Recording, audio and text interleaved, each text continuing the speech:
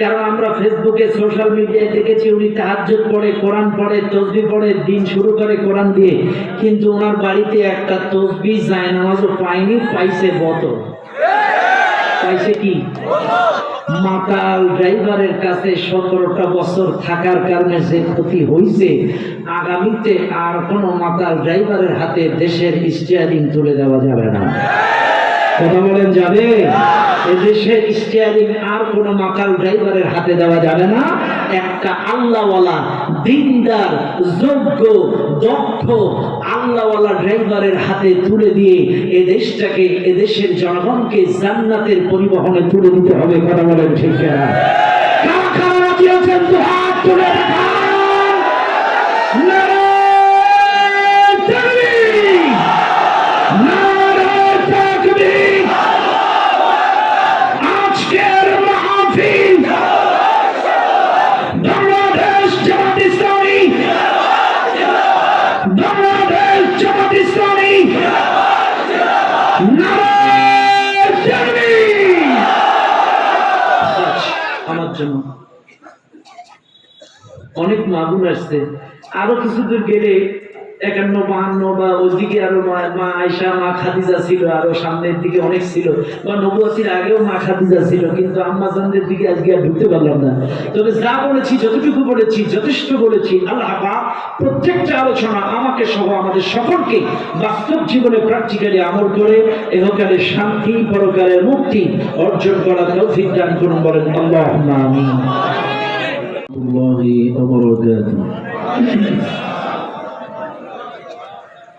الحمد لله نحمده ونستعينه ونستغفره ونؤمن به ونتوكل عليه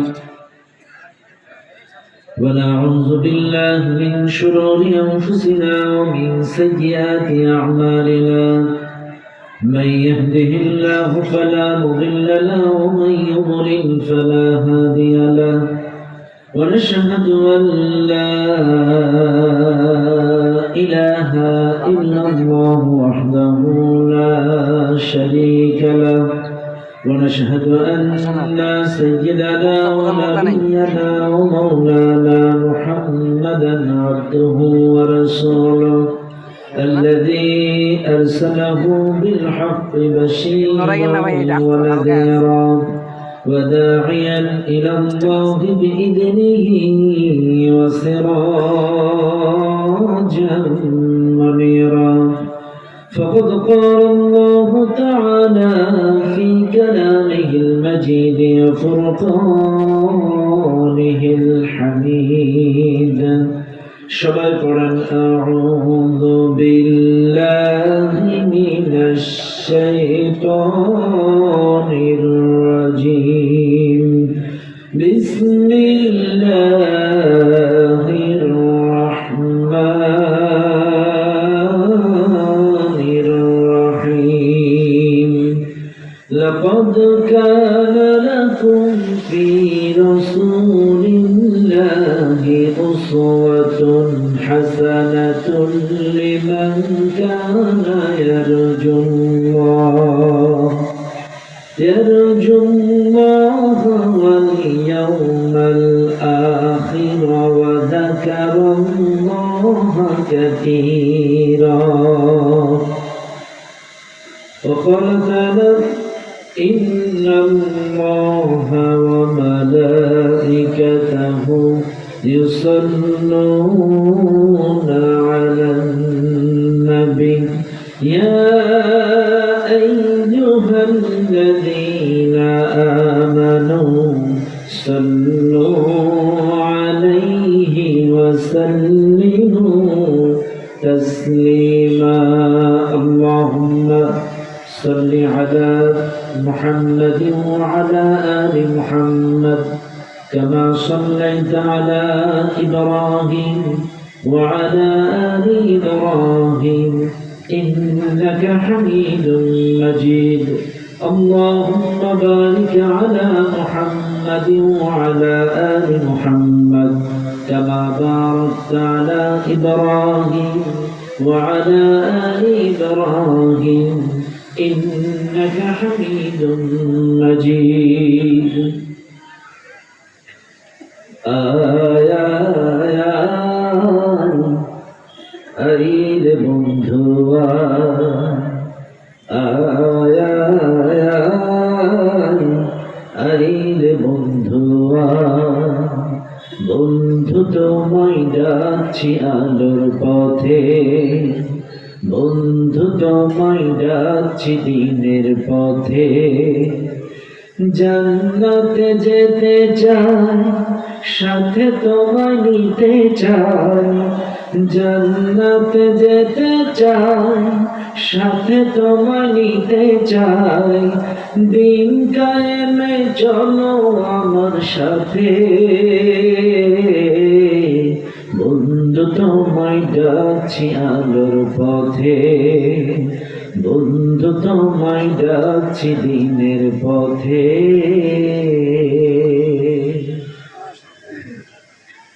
আলহামদুলিল্লাহ বাংলাদেশ জামায়াত ইসলামী বিরল উপজেলা শাখার উদ্যোগে আজকের ঐতিহাসিক সিরাতুন নবী সাল্লাল্লাহু আলাইহি ওয়াসাল্লাম উপলক্ষে বিশাল এই সিরাত মাহফিলে সুযোগ্য সম্মানিত সভাপতি বাংলাদেশ জামায়াত ইসলামী বিরল উপজেলা শাখার সম্মানিত আমির হাফেজ হযরত মাওলানা মোহাম্মদ আব্দুর রশিদ সাহেব, আজকের মাহফিলের সম্মানিত প্রধান অতিথি দিনাজপুর উত্তর জেলা জামাতের সম্মানিত আমির অধ্যক্ষ আনিসুর রহমান সাহেব, উপস্থিত আছেন নায়েবে আমির বাংলাদেশ জামাত ইসলামী দিনাজপুর জেলার উত্তরের সাবেক অধ্যক্ষ বুনিয়াদপুর আলিম মাদ্রাসা ও সাবেক ভাইস চেয়ারম্যান বিরল উপজেলার সুযোগ্য সম্মানিত AKM আফজালুল আনাম সাহেব সহ এই মঞ্চে বসা ইসলামী আন্দোলনের এক ঝাঁক উজ্জ্বল নক্ষত্র আমার আগে এশার আগে মনোমুগ্ধকর আলোচনা শুনে আপনাদেরকে মুগ্ধ করেছেন আলোচনা জগতের উজ্জ্বল নক্ষত্র বিশিষ্ট আলেমে দ্বীন আন্তর্জাতিক খ্যাতিসম্পন্ন মুফাসসিরে কোরআন জনাব হাফেজ হযরত মাওলানা মাহফুজুর রহমান সাহেব, আলোচনা করেছেন মাওলানা মোহাম্মদ নাজমুল ইসলাম সাহেব। প্রত্যেকটা আলোচকের জন্য দোয়া করি বারাকাল্লাহু ফি হায়াতি, বলেন আল্লাহুম্মা আমিন। আজকের মাহফিলের ডানে বামের সামনে উপস্থিত সকলকে সুন্নাত তরিক অনুযায়ী আবারও সালাম জানাচ্ছি, আসসালামু আলাইকুম ওয়া রাহমাতুল্লাহি ওয়া বারাকাতুহু। সর্বপ্রথম শুকরিয়া আদায় করছি সেই আল্লাহ সুবহানাহু ওয়া তাআলার দরবারে যে আল্লাহ তাআলা আপনাকে আমাকে অত্যন্ত দয়া করে মায়া করে আজকের এই সিরাত মাহফিলে আসার এবং বসার তৌফিক দিয়েছেন, যিনি সে মহান মালিকের দরবারে প্রাণ খুলে সমস্বরে সমবেত আওয়াজে সমবেত চেষ্টায় জীবনের শ্রেষ্ঠ শুকরিয়ার ঝান্ডাটা আল্লাহ তাআলার আরশ আজিমে পৌঁছায় দেয়। চিৎকার মেরে বলুন আলহামদুলিল্লাহ, আরেকটু জোরে বলুন আলহামদুলিল্লাহ। দুরূদ ও সালাম পাঠ করি সে মহান মানবতার মুক্তির দূতের জন্য, যিনি আমার আপনার সকলের কিয়ামতের কঠিন মুসিবতের সময় একান্ত সুপারিশকারী প্রিয় নবী, মক্কার বাতি, মদিনার জ্যোতি নবী মুহাম্মদুর রাসূলুল্লাহ সাল্লাল্লাহু আলাইহি ওয়াসাল্লাম। মাগফিরাত কামনা করি সেই সকল ভাইদের জন্য যারা দ্বীনের জন্য ইসলামের জন্য প্রাণ দিয়ে শহীদ হয়েছেন। আল্লাহ তাআলা তাদের সকলকে জান্নাতুল ফিরদাউসের সর্বোচ্চ মর্যাদা দান করুন, বলেন আল্লাহুম্মা আমিন। আর একটু জোরে বলেন আল্লাহুম্মা আমিন। সম্মানিত ভাইরা, আমি আপনাদের সামনে কোরআনুল কারীম থেকে একটি আয়াত তেলাওয়াত করছি, আমার জন্য দোয়া করুন। যে আয়াতটি তেলাওয়াত করলাম এই আয়াতের শানে কিছু কথা যেন আল্লাহ তাআলা আমাকে বলার তৌফিক দান করেন, বলেন আমিন। সম্মানিত ভাইরা, আজ এই সিরাত মাহফিলে আসতে পেরে আপনারা খুশি না বেজার? সবাই বলেন আলহামদুলিল্লাহ, আলহামদুলিল্লাহ। আশ্চর্য হওয়ার বিষয়, লাখো কোটি শুকরিয়া ওই মালিকে। বিগত জালেম সরকারের আমলে 6 মাস আগে একটা মাহফিলের প্রসেসিং শুরু হতো, একবার ডিসি অফিস, একবার এসপি অফিস, একবার এমপি, একবার এ নেতা, একবার ইউনিয়ন, একবার চেয়ারম্যান, একবার মেম্বার। 6 মাস ধরে প্রসেসিং করার পরে ফিনিশিং এ যে বক্তা যদি পামাইল মার্কা হয় তাইলে পারমিশন পাইতো, আর যদি সরিষার তেল মার্কা হইতো তাইলে পারমিশন ক্যান্সেল। কথা কথা 6 মাস ধরে একটা মাহফিলের প্রসেসিং করেও বাস্তবায়ন হয় নাই, কিন্তু আজ সকালে প্রস্তুতি, সন্ধ্যায় মাহফিল কমপ্লিট। না, আমার সাতক্ষীরা জেলায় সকালবেলায় শুধু মিটিং করছে, জেলা জামাতের বিভিন্ন প্রোগ্রাম সকালবেলায়, আজকের অমুক বাজারে সকালবেলায় রেডি, সন্ধ্যায় প্রোগ্রাম শেষ। অথচ 15টা 17টা 6 মাস ধরে প্রসেসিং করেও মাহফিল বাস্তবায়ন করা যায় নাই। এই উন্মুক্ত ময়দানে কথা বলার যে তৌফিক দিলেন, আরেকবার কি শুকরিয়া আদায় করা যায় না? বলেন আলহামদুলিল্লাহ, আল্লাহু আকবার, আলহামদুলিল্লাহ। আসেন, ভূমিকা বেশি কথা বলবো না, কারণ আপনারা 3টা থেকে শুরু করে এই পর্যন্ত আলোচনা চলছে, অনেক মা বোনও এসছে দূর দূরান্ত থেকে। আসেন আমি আলোচনায় চলে যাই। সম্মানিত ভাইরা, আমি আপনাদের সামনে একটি আয়াত তেলাওয়াত করেছি, সূরাতুল আহজাবের 21 নম্বর আয়াত। সূরাটি নাযিল হয়েছে মদিনায়। সূরাটির মোট আয়াত সংখ্যা 73, রুকু সংখ্যা 9। এই সূরাটি 21 নম্বর আয়াত আমি আপনাদের সামনে তেলাওয়াত করেছি। একটি অত্যন্ত কমন আয়াত, এমন কোন সিরাত মাহফিল নাই যে আয়াতটি তেলাওয়াত হয় না। আমিও সে আয়াতটি তেলাওয়াত করেছি। তবে আসুন একটু ভিন্ন আঙ্গিকে, ভিন্ন কায়দায় আমি আপনাদেরকে আলোচনা এই আয়াতের সামনে কিছু কথা বলার চেষ্টা করব ইনশাআল্লাহ। সম্মানিত ভাইরা, আল্লাহ পাক বলেন, লাকাদ কানা লাকুম ফি রাসূলিল্লাহি উসওয়াতুন হাসানাহ, অবশ্যই তোমাদের জন্য রাসূলুল্লাহর মধ্যেই রয়েছে উত্তম আদর্শ। কে বলছেন? কে বলছেন? কাদের জন্য? কাদের জন্য? তোমাদের জন্য। এখন এই তোমরা কারা? রাখবেন না আমার কথা, বুঝবেন। কিন্তু আমাদের দেশে ম্যাক্সিমাম শুধুমাত্র উসওয়াতুন হাসানাহ পর্যন্ত যেই আলোচনা শেষ হয়, কিন্তু পেছনে দুইটা শব্দ আছে, এগুলো অনেকেই একটু অসমাপ্ত রাখে আলোচনাটা। আল্লাহ পাক বলছেন, অবশ্যই তোমাদের জন্যই রাসূলুল্লাহর মধ্যেই রয়েছে উত্তম আদর্শ। তবে দুইটা শর্ত যারা মানবে তাদের জন্য। লিমান কানা ইয়ারজুল্লাহ ওয়াল ইয়াউমাল আখির, 1 নম্বর শর্ত হলো যারা আখিরাতে আল্লাহর সামনে দাঁড়ানোর আশা রাখে। আখিরাতে আমাকে দাঁড়াতে হবে, আল্লাহর সামনে হাজির হতে হবে, হিসাব আমাকে দেওয়া লাগবে, এই আশা যারা পোষণ করে 1।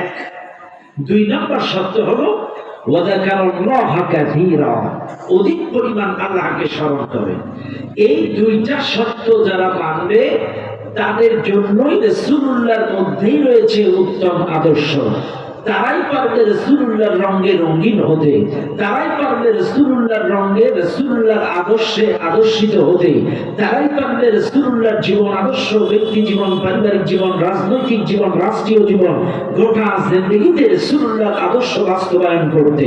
আবার বলছি, দুইটা শর্ত মানলেই তারাই পারবে রাসূলুল্লাহর আদর্শে আদর্শিত হতে। অন্যথায় তাদের সুরত থাকবে, সিরাত থাকবে না। সিরাত থাকবে, সুরত থাকবে না। কিছু আছে, কিছু নাই। দেখেন না, আব্দুল্লাহ ইবনে উবাইয়ের নাম আপনারা শুনছেন না? আব্দুল্লাহ ইবনে উবাই কিন্তু রাসূলুল্লাহর পিছনে নামাজ পড়ছে, রাসূলুল্লাহর সামনে ওয়াজ শুনে চোখে পানি ঝরাইছে, রাসূলুল্লাহর সঙ্গে খানা খাইছে, রাসূলুল্লাহর সঙ্গে একই সঙ্গে সফরে গিয়েছে, রাসূলুল্লাহর সঙ্গে বিভিন্ন জায়গায় দাওয়াত খেয়েছে। শুধু তাই নয়, আব্দুল্লাহ ইবনে উবাই একটা ছোট্ট এক্সাম্পল। একদিন রাসূলুল্লাহ মদিনার মসজিদে নামাজ আদায় করছেন, হঠাৎ তাকবীর শেষ হয়ে গেছে, আল্লাহু আকবার, আল্লাহু আকবার, লা ইলাহা ইল্লাল্লাহ। তাকবীর শেষ, এখন ইমামের কান্ত নামাজ শুরু করা। যেই তাকবীর শেষ হচ্ছে এমন টাইপে হঠাৎ আব্দুল্লাহ ইবনে উবাই রাসূলুল্লাহর পেছন থেকে 2 কাঁধে হাত দিয়ে বলছে, হুজুর দয়া করে যদি একটু পেছনে তাকাতেন, একটু যদি পেছনে তাকাতেন। সাহাবাসমাইনরা তো অবাক হয়ে গেল, নবীজি এখন নামাজ শুরু করবে, আর এর কারণ কি? এর না নবীজির পিছনে ফিরাই কিনবে, কারণটা কি? আশ্চর্য হয়ে গেল সবাই। আব্দুল্লাহ ইবনে উবাই নবীজিকে অনুরোধ করলেন যদি একটু পিছনে তাকাতেন। নবীজি ঘুরে দাঁড়ালেন, আস্তে করে আব্দুল্লাহ ইবনে উবাই রাসূলুল্লাহর পাশে গিয়ে দাঁড়ালেন। আব্দুল্লাহ ইবনে উবাই বলছে, শোনো মদিনার মসজিদের মুসল্লিরা, এই যে লোকটারে দেখতেছো, এনার নাম মুহাম্মদ। এই মক্কা থেকে হিজরত করে মদিনায় আসার কারণে আল্লাহ পাক তোমাদের ইজ্জত সম্মান বাড়িয়ে দিয়েছে। এই লোকটা মক্কা থেকে মদিনায় হিজরত করে আসার কারণে এই এলাকার মানুষ দ্বীনের রাস্তা খুঁজে পেয়েছে, আল্লাহর পথ খুঁজে পেয়েছে। এই লোকটাকে যদি অনুকরণ করতে পারো, জীবনের সব ক্ষেত্রে তোমরা ইহকালেও সম্মানিত হবে, পরকালেও সম্মানিত হবে। কে দিচ্ছে বক্তব্যটা? আব্দুল্লাহ ইবনে উবাই। এই বক্তব্যটা রাসূলুল্লাহর পাশে খাড়ায় দিচ্ছে। আচ্ছা বলেন তো, এত সুন্দর বক্তব্য যেই লোকটা দিল, এ জান্নাতের হাল মাসালে থাকার কথা না? কিন্তু এ জান্নাতে যাবে কেন? কারণ একটাই, কারণ ওর দাড়ি ঠিক ছিল, জুব্বা ঠিক ছিল, সব ঠিক ছিল, কিন্তু এটা বাহ্যিক ভাবে, বাস্তবে লিমান কানা ইয়ারজুল্লাহ ওয়াল ইয়াউমাল আখির এটা ঠিক ছিল না। ওয়া যাকারাল্লাহা কাসীরা, অধিক পরিমাণ আল্লাহর স্মরণ, এই দুটো জিনিস তার ঠিক ছিল না। সে নামাজ পড়তো রাসূলের পিছনে, ওয়াজ শুনতো নবীর সামনে, সব ঠিক ছিল, কিন্তু তরে তরে মুসলমানদের সব কলাকৌশল, দিন বিজয়ের কলাকৌশল, যুদ্ধের কলাকৌশল বাইপাস দিয়ে কাফেরদের কানে পৌঁছে দিত। এই মুনাফিকি করার কারণে লোকটা জাহান্নামে যাবে। অবশ্য আমাদের বাংলাদেশে এরকম লোক নাই, কি করেন? আসেনি? আমার সামনে নামাজ পড়ে, আমার পিছনে নামাজ পড়ে, আমার সামনে ওয়াজ শুনে, জুমার দিন ওয়াজ শুনে চোখের পানি দরদর করে ঝরায়, আবার আমার নামের তালিকা থানায় যেয়ে জমা দিয়ে আসে। কথা বল না কেন? আছে না? নাই?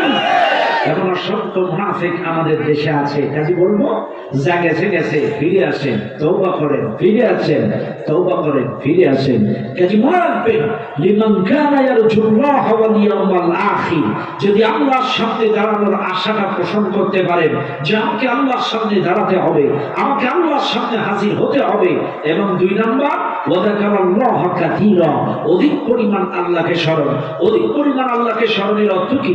এর অর্থ কি শুধুমাত্র সকাল সন্ধ্যা জিকির করা না, এর অর্থ সারা দিনের সকল কাজে সব কিছুতে স্মরণ করবেন কার? আরো জোরে বলেন কার? তাই এই 2টা সত্য যারা মানবে, আল্লাহ পাক বলছেন তাদের জন্যই রাসূলুল্লাহর মধ্যেই রয়েছে উত্তম আদর্শ। চিৎকার মেরে বলেন সুবহানাল্লাহ। এখন আসেন, এই আদর্শ সিরাত মাহফিল, সিরাত মানে কি? পথ, রাস্তা। এখন আমাদের এখানে হচ্ছে সিরাতুন নবী, তাহলে কার পথ? কার পথ? আরো জোরে বলেন। সেই রাসূলের পথ, রাসূলের রাস্তা, রাসূলের আদর্শ নিয়েই আজকে আমি আপনাদের সামনে কথা বলবো। তবে আসেন, কেমন নবী ছিলেন তিনি? আমার রাসূল যখন ইন্তেকাল করলেন, ইন্তেকালের পরে আল্লাহর নবীর একজন বিশিষ্ট সাহাবী, নাম ছিল আব্দুল্লাহ ইবনে মাসউদ রাদিয়াল্লাহু তাআলা আনহু। আব্দুল্লাহ ইবনে মাসউদ রাদিয়াল্লাহু তাআলা এমন একজন সাহাবী ছিলেন, আব্দুল্লাহ ইবনে মাসউদের ব্যাপারে ওমর রাদিয়াল্লাহু তাআলা উক্তি করেছেন। তিনি বলেছেন, জীবন জিজ্ঞাসায়, মানব জীবনের সকল সমস্যার সমাধানে আব্দুল্লাহ ইবনে মাসউদ এমন একজন সাহাবী, এমন কোনো প্রশ্ন নাই জীবন জিজ্ঞাসায় যেই প্রশ্নের জবাব কোরআন হাদিস থেকে আব্দুল্লাহ ইবনে মাসউদ দিতে পারত না। এমন একজন সাহাবী আব্দুল্লাহ ইবনে মাসউদ। শুধু তাই না, রাসূলুল্লাহর ইন্তেকালের পরে আব্দুর রহমান নামের একজন সাহাবী হুযায়ফা রাদিয়াল্লাহু তাআলা আনহুর কাছে গেছে, যে বলছে, হুযায়ফা, নবী তো দুনিয়ায় নাই, নবীর চরণে, নবীর বলনে, নবীর আচার আচরণে, নবীর সাথে সাদৃশ্যপূর্ণ এমন একজন ব্যক্তির নাম বলো, সেই লোকটার কাছে যে আমি কিছু উত্তম নসিহত গ্রহণ করতে চাই। আব্দুর রহমান হুযায়ফা রাদিয়াল্লাহু তাআলা আনহুকে বলছে, হুযায়ফা বলতেছে, আব্দুর রহমান, আমার জানা মতে নবীজির সাথে চরণে বলনে আচার আচরণে সাদৃশ্যপূর্ণ এমন একজন ব্যক্তি, আল্লাহর কসম, আমি আব্দুল্লাহ ইবনে মাসউদকে ছাড়া কাউকে জানি না। এটা সরে বলেন না সুবহানাল্লাহ। আমি আব্দুল্লাহ ইবনে মাসউদকে ছাড়া কাউকে জানি না। আব্দুল্লাহ ইবনে মাসউদের চলাটা ছিল রাসূলের মতো, আব্দুল্লাহ ইবনে মাসউদের কথাটা বলা ছিল রাসূলের মতো, তার সব কিছু রাসূলের সাথে সাদৃশ্য ছিল। কাজে ইনি একমাত্র মানুষ। তো ইনার একটু বড়ত্ব সম্পর্কে দুইটি কথা কি বললাম। তো আব্দুল্লাহ ইবনে মাসউদ রাসূলুল্লাহ ইন্তেকালের পরে আম্মাজান আয়েশা ঘরে গেছে, ঘা দিচ্ছে, ডাক দিচ্ছে, আম্মাজান, আম্মাজান আয়েশা, আম্মাজান, আম্মাজান সালাম দিলেন। পর্দার কাছে এসে আম্মাজান আয়েশা বলছে, কে বলছেন? আমি আব্দুল্লাহ ইবনে মাসউদ। আব্দুল্লাহ ইবনে মাসউদ বলছে, আম্মাজান, আমরা রাসূলুল্লাহর সংস্পর্শে ছিলাম, কিন্তু আপনি আয়েশা লম্বা সময় নবীজির স্ত্রী রাসূলুল্লাহর খেদমতে আপনি লম্বা সময় পেয়েছেন, লম্বা সময় রাসূলের সংস্পর্শে ছিলেন, আপনি রাসূলুল্লাহর এমন কিছু কাহিনী বা কথা আপনি জানেন যেগুলো আমরা জানি না। কাজে আম্মাজান, আপনি রাসূলুল্লাহর জীবন আদর্শ সম্পর্কে, তার চরিত্র সম্পর্কে আমাকে কিছু বলেন, কিছু ব্রিফিং করেন, কিছু বর্ণনা করেন। আমি এটারে একটা কিতাব আকারে সংরক্ষণ করতে চাই, এটা পরবর্তী জেনারেশন যেন এই কিতাব থেকে রাসূলুল্লাহকে জানতে পারে, পরবর্তী জেনারেশন যেন এই কিতাব থেকে রাসূলুল্লাহকে পড়তে পারে। আম্মাজান বলতেছে, কানা খুলুকুল কুরআন কান্নাহু কুরআনুন হাইয়্যুন। আব্দুল্লাহ ইবনে মাসউদ, তুমি কি কোরআন পড়ো না? তুমি কি কোরআন জানো না? আমার নবীর চরিত্রটাই তো কোরআন।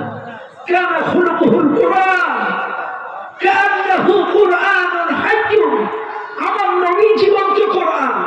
যদি কেউ নবীজিকে জানতে চায়, সে যেন কোরআন পড়ে, কোরআনের পাতায় পাতায়, পৃষ্ঠায় পৃষ্ঠায়, লাইনে লাইনে আমার নবীর জীবন চরিত্র মিশে আছে। কাজে শুনে নাও দুনিয়ার মানুষ, রাসূলকে যারা জানতে চায়, রাসূলকে যারা বুঝতে চায়, কোরআন ছাড়া রাসূলকে বোঝা সম্ভব। কিন্তু দুঃখজনক হলো সত্য, 17টা বছর ধরে কোন মসজিদে, কোন মাদ্রাসায়, কোন জায়গায় রাসূল কোরআন পড়তে দেয় নাই। কোন মসজিদে যদি রাসূল কোরআন চলেছে, কোন মসজিদের ইমাম, কোন ইসলামী আন্দোলনের দায়িত্বশীল, কোন মসজিদে যদি একটা কোরআন খুলে দুটো আয়াতের তাফসীর করে যদি শুনিয়েছে, এই জালেম সরকারের ঘোষণা না, এরা থানায় ফোন করে বলেছে এই মসজিদে নাশকতার পরিকল্পনা চলছে। কথা বলেন ঠিক না?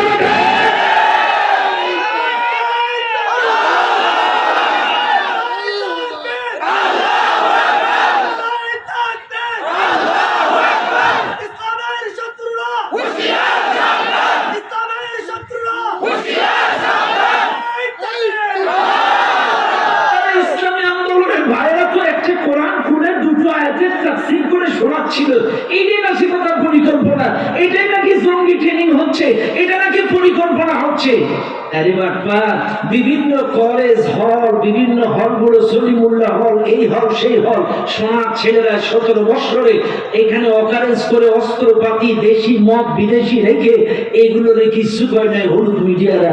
আর মসজিদে কোরআনের আয়াত, দারসুল কোরআন, দারসুল হাদিস, এদের করে নাশকতার পরিকল্পনা। নজরুল্লাহ বলেন না, আরে কোরআনের আয়াত শুনে দুটো কথা মানুষকে শোনাইতে দেয় নাই। কিন্তু শুনে নেন, আজকে আপনাদেরকে বলে যাই, 1971 সালে পাকিস্তান হানাদার বাহিনীর সাথে যুদ্ধ হয়েছিল। 1971 সাল থেকে আজকে 2024 সাল, টোটাল কত বছর হলো? 53 বছর। 53 বছরে স্বাধীনতার ইতিহাস এক একজন কিন্তু এক এক রকম বলে। এই কথা বলে না? 53 বছরে স্বাধীনতার ইতিহাস এক একজন এক এক রকম বলে। কেউ বলে স্বাধীনতার ঘোষক অমুক, কেউ বলে স্বাধীনতার ঘোষক অমুক, কেউ বলে এতগুলা ধর্ষণ হয়েছে, কেউ বলে এতগুলা শহীদ হয়েছে। এই 53 বছরে স্বাধীনতার ইতিহাস এক এক দল এক এক রকম বলে। সেই মাত্র 53 বছরে স্বাধীনতার ইতিহাস যদি রংসম লেগে কেউ উলট পালট বলতে পারে, তাইলে আপনারাই বলেন, আমার নবীজি এখান থেকে 1500 বছর আগে বিদায় নিয়েছে, চাইলে 1500 বছর পরে এসে রাসূলুল্লাহর এই জীবন বৃত্তান্তের মধ্যে অনেক কাল্পনিক কিসসা কাহিনী আমার দেশের জাল যারা কথাবার্তা বলতে পারে না পারে না? একটু আস্তে করে পারে কি পারে না? এমনও কিছু কথা ডুবাইয়া দেয় যেটা রাসূল জীবনে করেও নাই, বলেও নাই। কথা বলে এইটারেও হাদিস বলে চালায় দিছে, এইটারেও হাদিস বলে চালায় দিছে। আশ্চর্য হয়ে যাবে। এই জন্য আমার কথা একটাই, রাসূলুল্লাহকে যদি জানতে হয়, রাসূলুল্লাহর আদর্শ যদি জানতে হয়, কোরআন পড়বেন, নির্ভরযোগ্য সিরাত গ্রন্থ পড়বেন। অন্যথায় আউল ফাউল জায়গা থেকে রাসূলুল্লাহর এই বানানো কাল্পনিক কিসসা কাহিনী শুনে মানবেন না, তাই কিন্তু এহকাল শেষ। কথা বলবে কেন? আশ্চর্য হয়ে যাবে। এই দেশেরই এক বক্তা, নাম বলবো না, ওয়াজ করছি যে হুজুরকে একদিন 3 দিন খুঁজে পাওয়া যাচ্ছে না। নবী নাই, নবী নাই, নবী নাই, নাই নাই নাই নাই, নবী কই? 3 দিন পরে যে খুঁজে পাওয়া গেল, নবী এক পাহাড়ের গুহায় সেজদায় পড়ে 3 দিন ধরে কাঁদতেছে, ইয়া উম্মতি ইয়া উম্মতি ইয়া উম্মতি। 3 দিন 3 রাত এই সেজদায় পড়ে কাঁদছে উম্মতের দুঃখে। এখন উসমান রাদিয়াল্লাহু তাআলা আনহু যে বলছে, হুজুর আমার জীবনের স্বপ্নে কেবল আপনার উম্মতের দিয়ে দিলাম, আপনি মাথা তোলেন। হুজুর মাথা তোলে না। এরপরে আবু বকর রাদিয়াল্লাহু তাআলা আনহু যে বলছে, আমার জীবনে নেই কেমন দিয়ে দিলাম, আপনি মাথা তোলেন। হুজুর মাথা তোলে না। এরপরে হযরতে ফাতেমা রাদিয়াল্লাহু তাআলা আনহা যে বলছে যে, আব্বাজান আমি আপনার উম্মতের জন্য আমার হাসান হুসাইনকে শহীদ করে এই কুরবানি দিয়ে দিলাম, আপনি মাথা তোলেন। এইবার নবী মাথা তুলছে। শুনছেন না? এবার এই কথাটা না শুনছেন না? হ্যাঁ, এবার আপনারাই বলেন, সচেতন ব্যক্তি আপনারা, রাসূল যদি 3 দিন 3 রাত সেজদায় পড়ে কাঁদবে, তাইলে এই 3 দিন 3 রাত কি রাসূলুল্লাহর প্রশংসা পায়খানা লাগেনি? 1 2 নাম্বার যুক্তি, 3 দিন 3 রাত 3 পাঁচা 15 ওয়াক্ত নামাজ, 15 ওয়াক্ত নামাজ নবী কোন জায়গায় পড়লেন? তিনি কি নামাজ বাদ দিয়ে সেজদায় পড়েছিল? কথা বলেন। তাহলে দুটো যুক্তি দিলাম। 3 নাম্বার যুক্তি হলো, আল্লাহ বলছে ওয়াত্তাকু ইয়াওমান লা তাজজি নাফসুন আন নাফস ওয়ালা ইউকবালু মিনহা শাফাআহ ওয়ালা ইউখাযু মিনহা আদলুন ওয়ালা হুম ইউনসারুন। আল্লাহ বলছেন ভয় করো সেই দিনে, যেই দিন লা তাজজি নাফসুন আন নাফস, কেউ কারোর কোনো উপকারে আসবে না, ওয়ালা ইউকবালু মিনহা শাফাআহ, কারোর পক্ষ থেকে সুপারিশ গ্রহণ করা হবে না, ওয়ালা ইউখাযু মিনহা আদল, কারোর আমলের বিনিময়ে কাউকে ছেড়ে দেওয়া হবে না, ওয়ালা ইউখাযু মিনহা আদল, কারোর আমলের বিনিময়ে কাউকে ছেড়ে দেওয়া হবে না। এবার আপনারা বলেন, এই যে বললো আবু বকরের আমলের বিনিময়ে, উসমানের আমলের বিনিময়ে, ফাতেমার আমলের বিনিময়ে, হাসান হুসাইনের আমলের বিনিময়ে, এটা আল্লাহ কোরআনে বলতেছে কারোর আমলের বিনিময়ে কাউকে ছাড়বো না।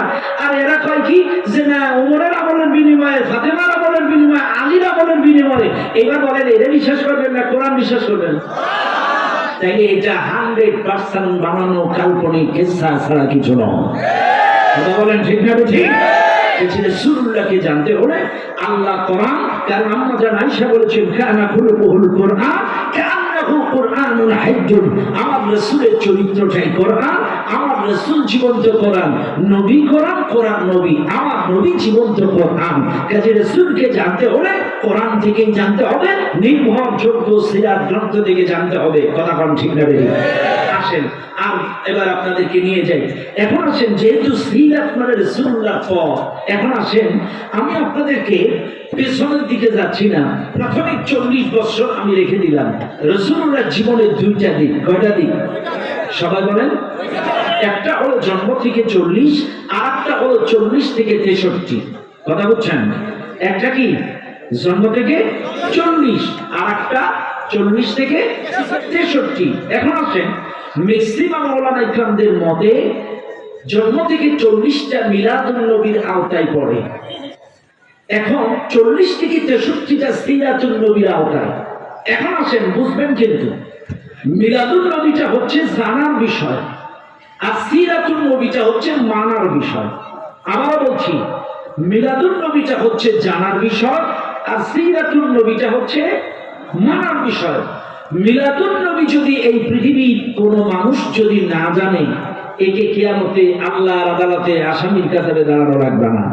কিন্তু কেউ যদি সিরাতুন নবী না জেনে, না মানে, রাসূলুল্লাহর আদর্শ না জানে, ব্যক্তি জীবনে, পারিবারিক জীবনে, রাজনৈতিক জীবনে, অর্থনৈতিক জীবনে, গোটা ইবাদতের ক্ষেত্রে রাসূলুল্লাহর আদর্শ যদি না জানে, ওকে তো আসামি হওয়া লাগবেই। দ্বিতীয়ত, আল্লাহর আদালতে আল্লাহর কাছে একটা মানুষের ইবাদত পৌঁছাবে। এবার বলবেন হুজুর ইবাদত পোজ হবে না কেন? আমরা আমার পীরের স্টাইলে ইবাদত করি, আমরা আমার শাইখের স্টাইলে ইবাদত করি, আমরা আমার মুরব্বির স্টাইলে ইবাদত করি, কেন কবুল হবে না? হ্যাঁ, একটু বুঝাই দেয় ভাই। সাপোজ জাস্ট উদাহরণ দিচ্ছি, আমার বাজান খুব মুরব্বী মানুষ, তারপরে আমার বাজানকে দিয়ে উদাহরণটা দিচ্ছি। বাজান, আপনি কি গাড়ি চালাতে পারেন? পারেন? তাহলে হবে না। আপনি ট্রাক পারেন না, মোটরসাইকেল পারেন। স্যার জাস্ট বোঝানোর জন্য বলছি, আমার বাজান ট্রাক চালাইতে পারে না। এখন আপনাদের বিরলে যে আলুর দাম, এদিকে উৎপাদন হয় বিশেষ কি লিচু, লিচু আলু। মনে করেন লিচুর সময় এক ট্রাক লিচু দিয়ে আমার বাজানকে বললাম, বা আপনি এক ট্রাক লিচু ঢাকায় বাংলা বাজার বা কারণ বাজার বা চক বাজার যে কোনো কাঁচা বাজার যে বাজার ধরবেন সকাল 6টার মধ্যে, এই নেন স্টিয়ারিং এর চাবি। বলেন তো আমার বাজার চালাইতে জানে না, এই ট্রাক কি ঢাকায় যাবে না ফাঁকায় যাবে? সবাই বলেন কোন জায়গায় যাবে? গন্তব্যে যাওয়ার কোনো সম্ভাবনা আছে কি? তার ট্রাক চালানোর কোনো অভ্যাস, ট্রেনিং আছে? নেই। আচ্ছা, বাদ দিলাম। এবার আসেন, তাইলে ট্রাক চালানোর ট্রেনিং না থাকলে এই ট্রাক যদি গন্তব্যে না যায়, তাইলে শুনে নেন দুনিয়ার মানুষ, রাসূলুল্লাহর জীবনী থেকে, তার আদর্শ থেকে, তার সিরাত থেকে যদি নামাজ পড়বেন কিভাবে, রোজা করবেন কিভাবে, হজ করবেন কিভাবে, যাকাত দিবেন কিভাবে, পর্দা করবেন কিভাবে, সমস্ত ইবাদতের ক্ষেত্রে রাসূলুল্লাহর আদর্শ যদি ট্রেনিং নেওয়া না থাকে, আপনার আমার কোনো একটা ইবাদত আল্লাহর দরবারেও যাবে না। নামাজ পড়বেন কিভাবে, রাসূলুল্লাহর জীবন থেকে ট্রেনিং নিতে হবে। রোজা করবেন কিভাবে, রাসূলুল্লাহর জীবন থেকে ট্রেনিং নিতে হবে। হজ করবেন কিভাবে, রাসূলুল্লাহর জীবন থেকে ট্রেনিং নিতে হবে। যাকাত দিবেন কিভাবে, রাসূলুল্লাহর জীবন থেকে ট্রেনিং নিতে হবে। বিচার করবেন কিভাবে, রাসূলুল্লাহর জীবন থেকে ট্রেনিং নিতে হবে। সব কিছু, কারণ লাকাদ কানা লাকুম ফি রাসূলিল্লাহি উসওয়াতুন হাসানাহ, তার মধ্যেই রয়েছে আমার আপনার সবার জন্য উত্তম আদর্শ। তিনি রাষ্ট্রীয় নায়ক হিসেবে কেমন আদর্শ ছিলেন, তিনি স্বামী হিসেবে কেমন আদর্শ ছিলেন, তিনি নানা হিসেবে কেমন আদর্শ ছিলেন, তিনি প্রতিবেশী হিসেবে কেমন আদর্শ ছিলেন, তিনি বিচারক হিসেবে কেমন আদর্শ ছিলেন, তিনি একজন মেজবান হিসেবে কেমন আদর্শ ছিলেন, তিনি এরকম ছোটদের জন্য কেমন আদর্শ ছিলেন, প্রত্যেকটা ক্ষেত্রে তিনি কেমন আদর্শ ছিলেন, এটা আমাদের জানার দরকার আছে না নাই? আরো জোরে বলেন। আসেন সম্মানিত ভাইরা, আবার সবচাইতে একটা জিনিস মনে রাখবেন, আজকে আশ্চর্য হয়ে যাবেন। আমার একটা কথা খুব ভালো লাগছে, আজ আমার দেশে অনেক মানুষ মনে করে নামাজ কায়েম হয়ে গেলে ইসলাম কায়েম হয়ে যাবে, অনেকে মনে করে পর্দা কায়েম হলে ইসলাম কায়েম হয়ে যাবে। এই চিন্তা কিন্তু ভুল। কথা বল না কেন? এই চিন্তা ভুল। আসেন আমি আমার আলোচনায় চলে যাই। আজকে আপনাদেরকে দ্বিতীয় পার্ট নিয়ে যাচ্ছি। তাহলে প্রথম 40 বছর বাদ দিলাম, আমি 40 থেকে 63 পর্যন্ত যাওয়ার চেষ্টা করব, ধারাবাহিকভাবে যাওয়ার চেষ্টা করব যতদূর পারি ইনশাআল্লাহ। 40 থেকে শোনেন দুনিয়ার মানুষ, বিরল উপজেলার মুসলমানেরা, এই দিনাজপুরের মাটি ইসলামের ঘাটে, ইসলামী আন্দোলনের ঘাঁটি। আজ শুনে নেন এই দুনিয়ার মানুষ, আমার নবী, বিশ্ব নবী, নবী মুহাম্মদুর রাসূলুল্লাহ সাল্লাল্লাহু আলাইহি ওয়াসাল্লাম প্রাথমিক পর্যায়ে আল্লাহ পাক তাকে নবুয়তি দিবেন বলে তাকে ন্যায় পরায়ণ হিসেবে গড়লেন। তিনি ছিলেন সত্যবাদী। শুনে নেন দুনিয়ার মানুষ, নবীজি যখন নবুয়তি পেলেন, নবুয়তি পাওয়ার পরে গোটা মক্কায় যখন দাওয়াতি কাজ করলেন, নবীজিকে কাফির বেঈমানেরা কটাক্ষ করেছিল, গালি দিয়েছিল, জাদুকর করেছিল, পাগলা বলেছিল, কিন্তু রাসূলকে কখনো মিথ্যাবাদী বলতে পারে নাই, রাসূলকে মিথ্যাবাদী বলে কখনো গালি দিতে পারে নাই। কারণ আমার নবী ছিলেন সাদিক, আমার রাসূল ছিলেন সত্যবাদী। আমার নবী 40 বছর কেন 63 বছরের জীবনে একটাও কোনোদিন মিথ্যা কথা বলেন নাই। আমার নবীজিকে 40 বছরে যখন নবুয়তি দিয়ে দিলেন আল্লাহ পাক, আমার নবী প্রাথমিক পর্যায়ে মক্কা নগরীতে 3 বছর গোপনে দাওয়াত দিলেন। শুনে নেন দুনিয়ার মুসলমানেরা, 1 2 3 নবুয়তির প্রথম 3 বছর তিনি গোপনে দাওয়াত দিলেন, গোপনে দিন প্রচার করলেন, গোপনে কালেমার দাওয়াত দিলেন। গোপনে যখন দিন প্রচার করলেন, এই দিন প্রচারের মাধ্যমে খুব বেশি প্রচার প্রসার লাভ করে নাই। এই 3 বছর গোপনে দাওয়াত দেওয়ার ফলে মক্কার কাফেররা রাসূলকে খুব বেশি নির্যাতন নিপীড়ন চালায় নাই। দাওয়াত ছিল গোপনে, কাফেরদের বিরোধিতাও ছিল খুব একটা প্রখর না। কাফেরদের বিরোধিতা ছিল মুখে মুখে, মৌখিক আকারে ক্রিটিসাইজ, কটাক্ষমূলক, ব্যঙ্গমূলক। পাগল বলতো, জাদুকর বলতো, গণক বলতো, বিভিন্ন ভাবে রাসূলকে ক্রিটিসাইজ করতো, কটাক্ষ করতো। প্রখর আকারে জুলুম নির্যাতনের স্টিম রুলার প্রথম 3টা বছর চালান নাই। প্রথম 3 বছর নবীজি প্রকাশ্যে দাওয়াত দেন নাই। 3 বছর গোপনে দাওয়াত দেওয়ার পরে এবার আবার নবীজি চিন্তা করলেন, আর গোপনে দাওয়াত দেওয়া যাবে না, এইবার আমাকে প্রকাশ্যে দাওয়াত দেওয়া লাগবে।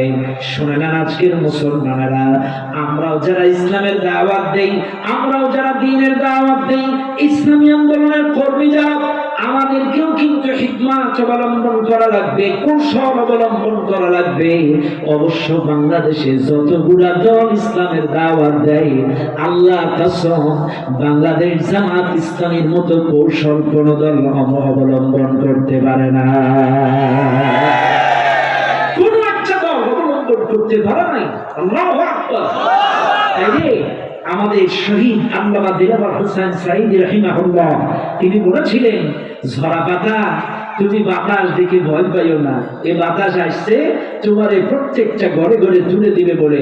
কিন্তু খুনি সরকার, জালেম সরকার, খুনি হাসিনা 17টা বছর ধরে যে জুলুম নির্যাতনের স্টিম রুলার আমাদের জামাত ইসলাম, ইসলামী আন্দোলনের কর্মীদের উপরে চালিয়েছে, আল্লাহর কসম জামাত ইসলামের কর্মীরা নিভে যায় নাই, হারা যায় নাই, প্রকাশ্যে দাওয়াত দিতে পারে নাই। কিন্তু সোশ্যাল মিডিয়ায় যে পরিমাণ দাওয়াতি কাজ প্রচার হয়েছে, সেটা বাস্তবে হয়তো এতটা আগায় না।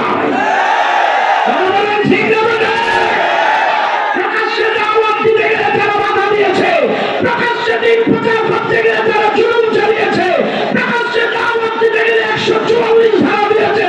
কিন্তু জুম মিটিং কি আপনি বন্ধ করবে?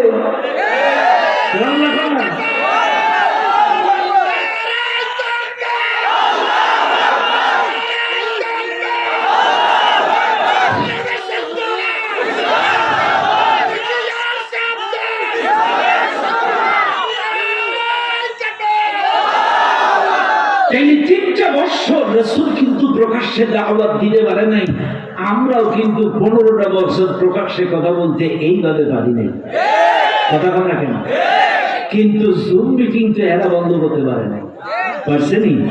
জুম মিটিং বন্ধ করতে পারে নাই। জুমে জুমে কত ভাই দাস নার্সিং নিয়েছে, কত বোন তারা জুমের মাধ্যমে নার্সিং নিয়ে, দাস নিয়ে সবকিছু করে তারা শপথ গ্রহণ করেছে। সুবহানাল্লাহ। কাজী জুমের মাধ্যমে যে প্রচার প্রসার হয়েছে, আল্লাহু আকবার। কাজী সোশ্যাল মিডিয়ার যে বরকতটা আমরা পেয়েছি। এখন আসেন, আমি যে কথাটা বলছিলাম 3 বছর পরে যখন প্রকাশ্যে রাসূল আসবেন, তখন এখন আমি এই কথাটা বলছি এই কারণে, কারণ মনে রাখবেন, আপনি একটা ভ্যানওয়ালাকে দাওয়াত দিবেন, খুব বেশি ফায়দা হবে না। একটা রিক্সাওয়ালাকে দাওয়াত দিবেন, আমি তাই বলে কিন্তু রিক্সাওয়ালা ভ্যানওয়ালাকে ছোট করছি, ক্রিটিসাইজ করছি এমনটা না। গরিব মানুষকে দাওয়াত দিবেন, খুব একটা প্রচার প্রসার বাড়বে না। রিক্সাওয়ালাকে দাওয়াত দিবেন, প্রচার প্রসার বাড়বে না। মাটি কাটাওয়ালাকে দাওয়াত দিবেন, খুব বেশি প্রচার প্রসার বাড়বে না। কিন্তু একটা মেম্বারকে যদি ইসলামী আন্দোলনের কর্মী বানাইতে পারেন, একটা চেয়ারম্যানকে যদি ইসলামী আন্দোলনের কর্মী বানাইতে পারেন, একটা সাপোজ আমার জীবনের বাস্তব অভিজ্ঞতা বলি। আমার জীবনে প্রথমে আমাকে একবার ধরায় দিল, ধরা খাইছি অনেকবার, তবে 16 সালের একবারের কথা কই। 16 সালে একবার ধরাই দিল, আমার এলাকার নাম বলবো না, এটা মিডিয়ার যুক্ত হ্যাঁ কাছে বাজাইতে পারে।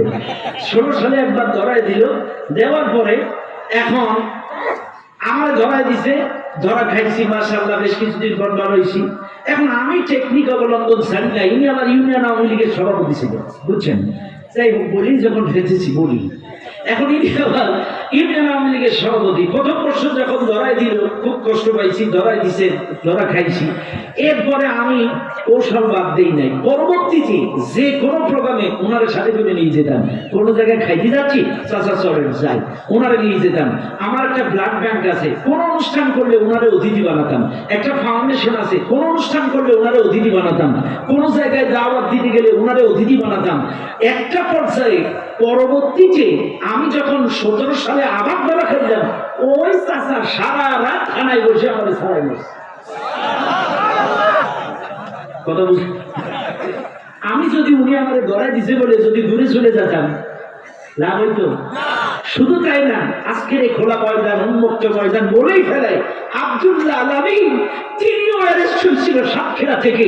আল্লাহর কসম, যে হাদিয়া তওবা সে সময় লাগতো সেটা ওই চাচার মাধ্যমে দিয়ে আলামিন ভাইও ছাড়াইছিল।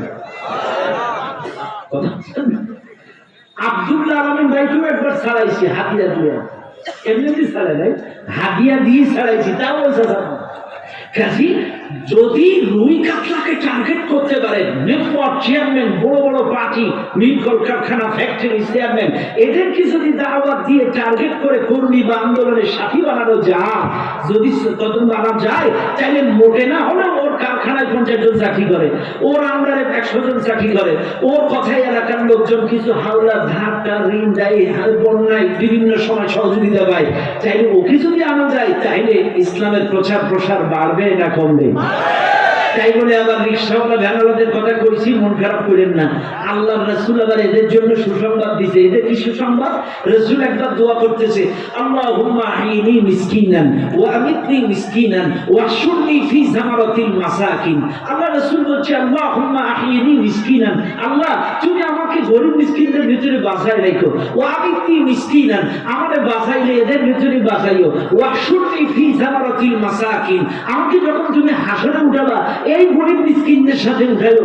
আয়েশা পিছনে বসে এই দোয়া শুনে ফেলছে। আম্মা জান আয়েশা বলছে, লিমা ইয়া রাসূলুল্লাহ, হুজুর আপনি এই দোয়া করলেন কেন? ওদের সাথে গরিবদের সাথে বাঁচতে, গরিবদের সাথে মরতে, ওদের সাথে হাসরে উঠতে চাইলেন। রাসূল বলছে, আয়েশা তুমি জানো না, ক্বালা ইন্নাহুম ইয়াদখুলুনাল জান্নাহ ক্বাবলা আগনিয়াইহিম বি40 খরিফা, এই গরিব মানুষগুলো কিয়ামতে ধনীদের 40 বছর আগে জান্নাতে চলে যাবে। তাইলে গরিবদের আর টেনশন আছে নি? আপনাদেরকে তাহলে সুখবর দিয়েই দিলাম, সুবহানাল্লাহ। তাইলে টেনশন করার কোনো কারণ? আল্লাহু আকবার। যে কথা বলছিলাম, তাহলে টার্গেট করতে হবে বড় বড় পার্টি।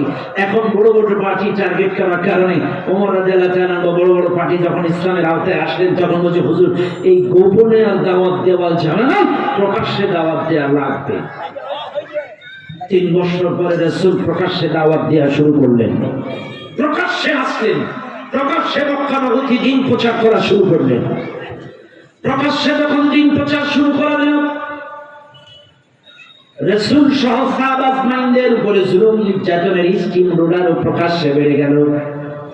3 বছরে গোপনে দাওয়াত, এই 3 বছরের জুলুম নির্যাতন মৌখিক আকারে ক্রিটিসাইজমূলক, কটাক্ষমূলক, ব্যঙ্গমূলক ছিল, কিন্তু নবীজি যখন প্রকাশ্যে দিন প্রচারে চলে আসলেন, আমার নবীর উপরে জুলুম নির্যাতনের স্টিম রোলার চালানো শুরু করলো।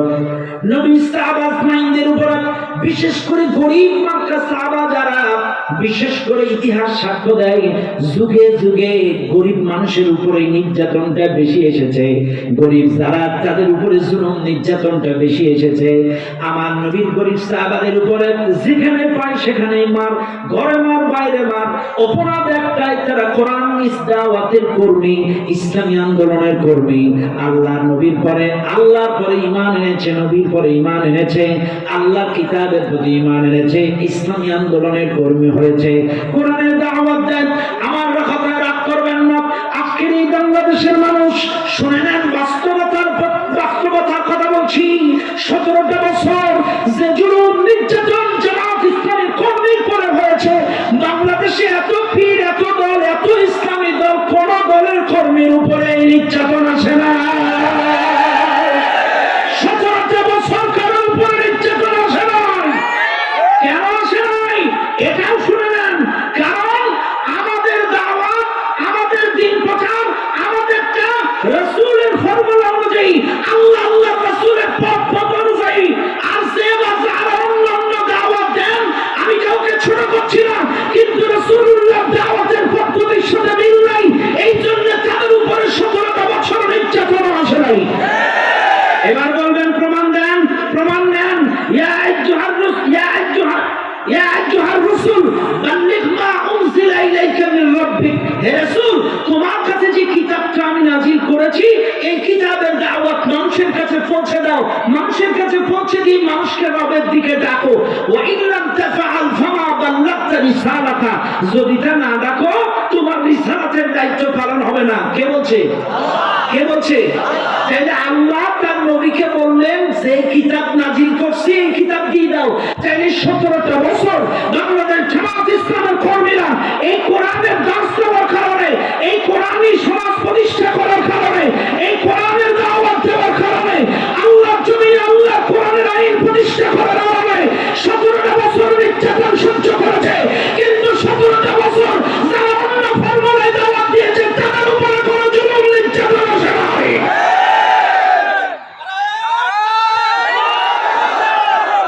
কথা বলেন ঠিক না ঠিক? কারণ আমাদের পদ্ধতি রাসূলুল্লাহর সাথে মিল। কারণ আল্লাহ পাক যেহেতু বলেছে কোরআন দিয়ে দাওয়াত দাও, আমরা কোরআন দিয়ে দাওয়াত দিয়েছি, আমরা কোরআনী আন্দোলনের কর্মী, আমরা চেয়েছি সমাজে কোরআন প্রতিষ্ঠা হোক। এই কারণেই আমাদের উপরে জুলুম নির্যাতন। কথা বলেন ঠিক কিনা? 17টা বছর আমরা বাড়ি থাকতে পারি নাই, 17টা বছর বাংলাদেশ জামাত ইসলামী কর্মীরা ঘরে থাকতে পারে নাই, 17টা বছর বাংলাদেশ জামাত ইসলামী কর্মীরা যারা ঠিক মতো ব্যবসা করতে পারে নাই, ঠিক মতো তারা চাকরি করতে পারে নাই, ঠিক মতো প্রকাশ্যে তারা রাস্তায় বেড়াতে পারে নাই। আরে এই দুনিয়ার চোর যারা, চাঁদাবাজ যারা, সন্ত্রাস যারা, ধর্ষক যারা, দুর্নীতিবাজ যারা, তারা বুক ফুলিয়ে রাস্তায় বেরিয়েছে, আর জাতির শ্রেষ্ঠ সন্তানগুলো আগানে বাগানে জেলখানায় রক্ষা পেয়েছে। কথা বলেন ঠিক না ঠিক? জাতির শ্রেষ্ঠ সন্তানেরা রাত কাটিয়েছে বাগানে, রাত কাটিয়েছে অন্ধকার কারাগার জেলখানায়। অথচ এই খুনি সন্ত্রাস ধর্ষকেরা, একটা দুর্নীতির একটা লিমিট থাকা উচিত। হাই রে হাই, চিন্তা করা যায় 18 এই কি বলে আমাদের যে সেক্রেটারি জেনারেল ছিল সাবেক জালেম সরকারের ওবায়দুল কাদের কাকু, অর্থাৎ কাউয়া কাকু 6 মাসে মেট্রো রেলের আয় দেখাইছে 18 কোটি টাকা, 6 মাসের আয় দেখাইছে 18 কোটি টাকা। আর আমাদের অন্তর্বর্তীকালীন সরকারের দায়িত্বশীলেরা মাত্র 18 দিনে আয় দেখাইছে 20 কোটি 50 লক্ষ টাকা। তার মধ্যে আবার 2 দিন শুক্রবার বন্ধ আছিল। তাহলে কয়দিন হয়? 16 দিন। এরা 6 মাসে ইনকাম দেখাইছে কত? 18 কোটি।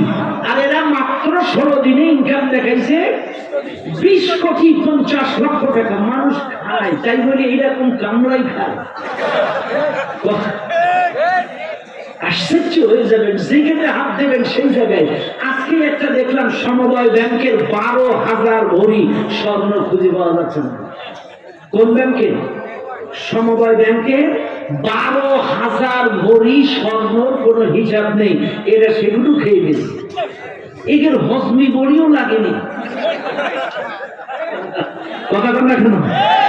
মানুষ খায়। এই যে জিয়াউল হক গ্রেফতার হয়েছিল, ওর বাড়িতে পাইছে 924 কোটি টাকা। আমাদের সালমান এফ রহমান কাকু, ওর কাছে পাইছে কত? প্রায় 35,000 কোটি টাকা। এক সালমান এফ রহমান 35,000 কোটি টাকা। তাহলে ওয়াজ করবো কোথায়? কথা কোন জায়গা আছে? ভাইরে, আমার কথায় রাগ করেন না, আমি একটু কথাগুলো বাস্তবতার সাথে মিল রেখে বলছি।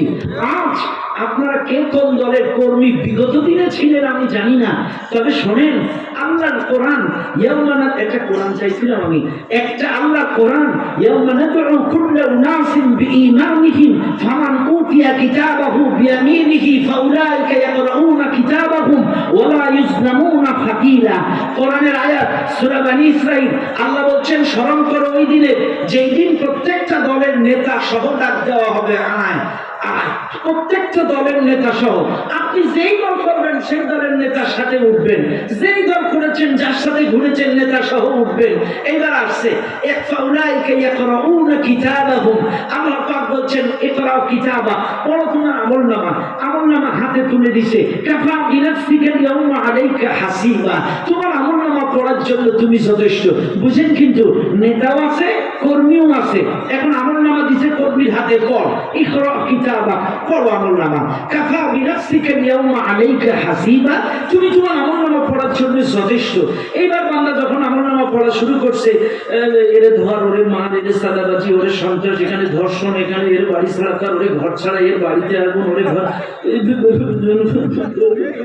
তখন ফেরেশতারা বলছে এই গ্রেফতার কর। আল্লাহ বলছে গ্রেফতার কর, এদের ধর, গ্রেফতার কর। এইবার ফেরেশতারা এসে যখন গ্রেফতার করছে, তখন হাত পড়া যখন লাগাচ্ছে, ফেরেশতারা এসে ধরছে, তখন বলছে আল্লাহ আমাদের ধরলে চলবে না। কেন, কি বলছে? শোনো, ওয়াকালু রাব্বানা ইন্না আতা'না সাদাতানা ওয়া কুবারা'না ফাআদাল্লুনা সাবিলা। দুনিয়ায় তো আমরা আমাদের নেতাদের আনুগত্য করেছিলাম, আতা'না সাদাতানা, আমরা তো দুনিয়ায় আমাদের নেতাদের গোলামি করেছিলাম, ওদের আনুগত্য করেছিলাম। ওরা যা আদেশ দিয়েছে তাই করেছি। ওরা বলেছে ওরে ধরেছি, এরা বলেছে চাঁদাবাজি কর, করেছি। এরা বলেছে এর বাড়ি ছাড়া কর, করেছি। এরা বলেছে এর নামে মিথ্যা মামলাতে দিয়েছি। এরা বলেছে এর বাড়ি ছাড়া কর, ঘর ছাড়া কর, করেছি। কাজে এর আদেশ তো আমাদের না, ওরাই দিয়েছে। ফাদাল্লুনা সাবিলা, ওরাই আমাদেরকে পথভ্রষ্ট করেছে। রব্বানা আতিহিম দু'ফাইনি মিনাল আযাবি ওয়াল আনহুম লা'নান কাবীরা। আজকে ওদেরকে ধরো, দ্বিগুণ আযাবে পাকড়াও করো, কারণ ওদের কারণে আমরা পথভ্রষ্ট হয়েছি, ওদের কারণে আমরা ধর্ষক চাঁদাবাজ হয়ে আছি, জাহান্নামে যাচ্ছি। কাজে আমরা একা যাব না, ওই সকল নেতাদেরকেও ধরো, ওদেরকেও দ্বিগুণ লানত দাও। কাজে আপনাদেরকে বলে যাই, মরা কিন্তু লাগবে। মান তাশাব্বাহা বিকওমিন ফাহুয়া মিনহুম, যার সাথে যার মুহাব্বত, যার সাথে যার কিয়ামত। আপনাদের মুহাব্বত যদি ইসলামী আন্দোলনের এই কোরআনের পাখিদের সাথে হয়, আপনাদের মুহাব্বত যদি এই আলেমুল আমাদের সাথে হয়, আপনাদের মুহাব্বত যদি আল্লাহ ওয়ালাদের সাথে হয়, আপনার হাসর নাসর এই সকল কোরআনের পাখিদের কাতারে হবে। আর আপনার সম্পর্ক মুহাব্বত যদি চাঁদাবাজ ধর্ষক খুনিদের সাথে হয়, আপনার হাসর নাসর ওই চাঁদাবাজ ধর্ষকদের কাতারে হবে। এই জন্য বলি, যার সাথে যার মহাব্বত, তার সাথে তার কিয়ামত। এই ভাই, এরা কি করে, কোরআনের পাখিরা কি করে, আযান দিলে আপনাকে নিয়ে যাবে মসজিদে, আসো নামাজে আসো, দারসুল কোরআন শোনো, দারসুল হাদিস শোনো। আজকে দেখেন না, দারসুল কোরআন, দারসুল হাদিস শোনো, আযান দিলে মসজিদে নিয়ে গেছে। আর হেরা তোমাকে বিভিন্ন পার্কে, বিভিন্ন গার্ডেনে, আবাসিকে, পতিতালয়ে, বিভিন্ন মমতাজের এখানে ওখানে আকুম বাকুম ড্যান্সে নিয়ে গিয়েছে। অথচ এই কোরআনের পাখিরা তোমাকে ভালো ভালো ময়দানে নিয়ে এসেছে। আজকে এখানে কারা এনেছে? বাংলাদেশ জামাত ইসলামী বিরল থানা উপজেলার উপলক্ষে আজকের এই কোরআনের মাহফিল, সিরাত মাহফিলের আয়োজন হয়েছে। কাজে এরা গান বাজনা করে না, এরা মানুষকে জান্নাতের রাস্তা দেখায় দেয়, এরা মানুষকে জান্নাতের পথের কর্মী বানায়। আরে বাংলাদেশ জামাত ইসলামের কর্মী তো এতটা সহজ না ভাইরে। যেই লোকটা 5 ওয়াক্ত নামাজের রিপোর্ট রাখে, যেই লোকটা দৈনন্দিন কোরআন তিলাওয়াত করে, যেই লোকটা দৈনন্দিন হাদিস পড়ে, যেই লোকটা মানুষদেরকে দ্বীনের পথে ডাকে, এই লোকটা এই বাইন্ডিং রুলস রেজুলেশনের মধ্যে থাকলে কখনো খারাপ হতে পারে না, চালাবাজ হতে পারে না, কখনো খারাপ কাজের সাথে সম্পৃক্ত হতে পারে না। এই জন্য বলি, ফিরে আসেন, ফিরে আসেন। দিনের পথে যাচ্ছি তোমায়, এসো বন্ধু আলোর কাফেলায়। দিনের পথে যাচ্ছি তোমায়, এসো বন্ধু দিনের কাফেলায়। কথা বল না কেন? সম্মানিত ভাইরা আমার, এখন আসেন, মনে আছে তো আপনাদের? চাইলে যে কথা বলছিলাম, চাইলে কিয়ামতের দিন কর্মী কার নামে নালিশ করবে? কার নামে? আপনার বাংলাদেশের কথা, বাংলাদেশের একটু প্রেক্ষাপট মিলাই দিই। আমাদের আনিসুল হক কাকু যখন গ্রেফতার হলো, আনিসুল হক যখন গ্রেফতার হলো, পুলিশ নিয়ে চলে যাচ্ছে। আমার একা ধরে চলবে না, ধরবে বাবা কথা কম। তাইলে কি আমার উপরের লোক হবে, এটা ধরো। তাইলে কি আনিসুল হক একা যাচ্ছিল, কিন্তু ও কিনা আমি একা যাবো না, আর উপরের বস। এটা দুনিয়ার বাস্তব চিত্র বলে দিচ্ছি, কোরআনের সাথে মিলান। এরপরে দেখেন, পলক কাকুরের রিমান্ডে নিয়ে পুলিশে বলতেছে ইন্টারনেট বন্ধ করলে কেন? উপরের আদেশ। কি করছে ওসি ডিসি যারা এই অকারেন্সের সাথে, হত্যার সাথে, খুনের সাথে সম্পৃক্ত ছিল, এদেরকে রিমান্ডে নিয়ে বলছে তোরা এগুলো করলি কেন? উপরের আদেশ। তো কিয়ামতের দিনও আল্লাহ সামনে আল্লাহ এগুলো উপরের আদেশ। ভাইজান, এটাই বাস্তব, এটাই কোরআন, এটাই কোরআন। আর কোরআন কখনো মিথ্যা বলে না। এই দুনিয়ায় যেমন পরক উপরের আদেশের কথা বলছে, ওসিগুলো উপরের কথা বলছে, এই সারাই আনিসুল হক উপরের কথা বলছে, কিয়ামতের দিনও বলবে আল্লাহ আমি যেটা করতেছিলাম আদেশটা তো হচ্ছে। কাজী আপনাদেরকে বলবো যে যেই পথে ছিলেন ফিরে আসেন আল্লাহর দিকে তওবা করেন, ফিরে আসেন। এখনো যদি তওবা না করেন আপনার হাসর নাসর ওই খুনি জালেমদের কাতারে হবে। এই জন্য ফিরে আসবেন ইনশাআল্লাহ। সম্মানিত ভাইরা আমার, কথায় কথা বেড়ে যায়। আমার নবী যখন দিন প্রচার করা শুরু করলেন, প্রকাশ্যে নবীর পরে সাহাবা আজমাইনের উপরে জুলুম নির্যাতন চালানো শুরু হয়ে গেল। প্রকাশ্যে জুলুম নির্যাতন, এত জুলুম নির্যাতন, একটা পর্যায়ে সাহাবা আজমাইনরা সহ্য করতে পারে না। সাহাবারা এসে বলে ইয়া রাসূলুল্লাহ আমরা তো সহ্য করতে পারি না।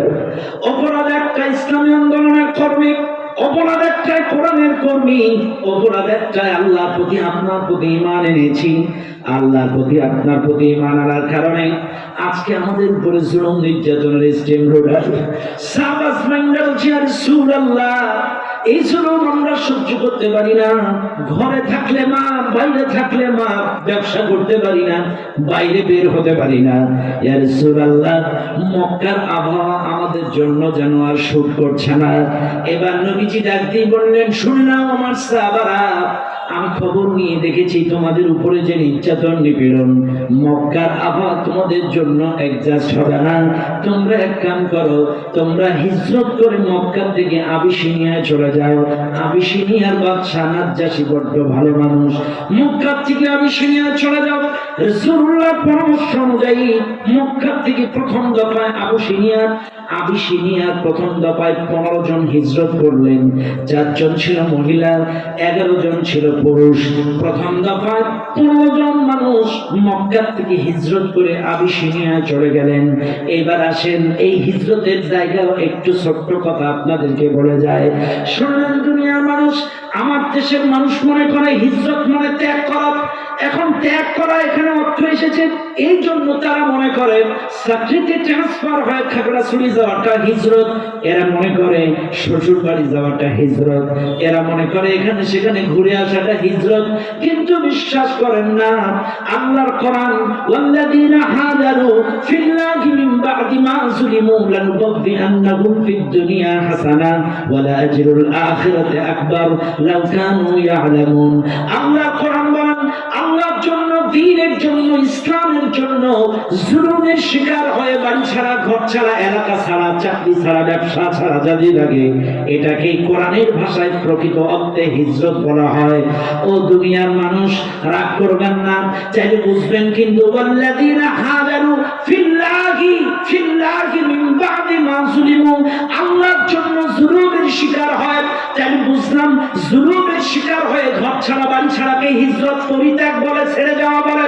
এবার আপনারা বলেন এই বাংলাদেশের মানুষ 5 ওয়াক্ত নামাজ পড়ার কারণে কারোর হিজরত করা লাগছে? রোজা করার কারণে হিজরত করা লাগছে? যাকাত দেওয়ার কারণে হিজরত করা লাগছে? জিকির করার কারণে হিজরত করা লাগছে? পীরের মুরিদ হওয়ার কারণে হিজরত করা লাগছে? লাগে নাই। কিন্তু হিজরত করা লাগছে যারা বলেছে আলা লাহুল খালকু ওয়াল আমর ইনিল হুকমু ইল্লা লিল্লাহ, জমিন যার, আইন চলবে তার, এই কথা যারা বলেছে তাদেরকেই হিজরত করা লেগেছে। কথা বলে নামাজের জন্য, রোজার জন্য, জিকিরের জন্য, পীরের মুরিদ হওয়ার জন্য কাউকে বাড়ি ছাড়া, ঘর ছাড়া লাগে নাই, হিজরত করা লাগে নাই। এই জমিনে হিজরত করেছে তারা যারা বলেছে জমিন যার, আইন চলবে তার। আচ্ছা ভাই, এ কথা আমরা কেন বলি? এ কথা আমরা কেন বলি? জমিন যার, আইন চলবে তার কেন বলি এ কথা? যদি কেউ প্রশ্ন করে, সাপোজ আমি আপনাদের প্রশ্নের জবাব দিই। আল্লাহ বলছেন আল্লাযী খালাকাকুম, তোমাকে সৃষ্টি করেছে আমি। আল্লাযী জাআলা লাকুমুল আরদা ফিরাশা, এই জমিনটাকে বিছানা বানিয়েছি আমি, ওয়াস সামাআ বিনাআ, আসমানটাকে ছাদ বানিয়েছি আমি, ওয়ানজালা মিনাস সামাই মাআ, আসমান থেকে বৃষ্টি বর্ষণ করি আমি, ফাআখরাজা বিহি মিনাস সামারাতি রিজকান লাকুম, এই জমিন থেকে ফসলের মাধ্যমে রিজিকের ব্যবস্থা করি আমি আল্লাহ। যাইলে সৃষ্টি করলো আল্লাহ, জমিনটাকে বিছানা বানালো আল্লাহ, আসমানটাকে ছাদ বানালো আল্লাহ, আসমান থেকে বৃষ্টির মাধ্যমে ফসলের মাধ্যমে এই জমিন থেকে রিজিকের ব্যবস্থা করে আল্লাহ। এইবার আসেন, সাপোজ আমার এই চাচা মনে করেন বিরলে একটা 3 তলা বাড়ি আছে। কয়তলা বাড়ি? 3 তলা বাড়ি। এখন ওই বাড়ি ওনার, বউ ওনার, বাচ্চা ওনার, সব সদস্য তার। এখন বলেন তো, আমি যদি বলি চাচা আজকের থেকে এই বাড়ির লোক আমার কথা মতো চলাফেরা ওঠা বসা লাগবে, এই বাড়ি আমার আইন চলবে, উনি মানবে না? কেন মানবে না? বাড়ি কার? ঘর কার? বউ কার? বাচ্চা কার? মাতব্বারি চলবে কার? কথা ক্লিয়ার? বাদ দিলাম।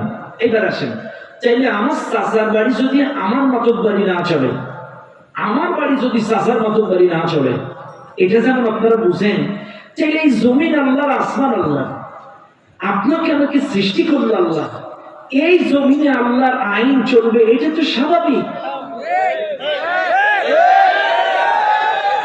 আর একটু আসতে করেন, চাচার বাড়ি যদি আমার মাতব্বারি না চলে, আমার বাড়ি যদি চাচার মাতব্বারি না চলে, চাইলে জমিন থেকে বিছানা বানালো আল্লাহ, আসমান থেকে ছাদ বানালো আল্লাহ, রিজিকের মাধ্যমে ফসলের মাধ্যমে রিজিকের ব্যবস্থা করে আল্লাহ, আপনাকে আমাকে সৃষ্টি করলো আল্লাহ। কাজে এই জমিনে আল্লাহর আইন ছাড়া অন্য কারোর মাতব্বারি চলতে পারে না। আর এই সহজ জিনিসটা কেন বুঝেন না? এই সাধারণ জিনিসটা কেন বুঝেন না? এটাই তো আমাদের দাবি, জমিন যার, আইন চলবে তার, এইটা ছাড়া তো আর কিচ্ছু বলি না।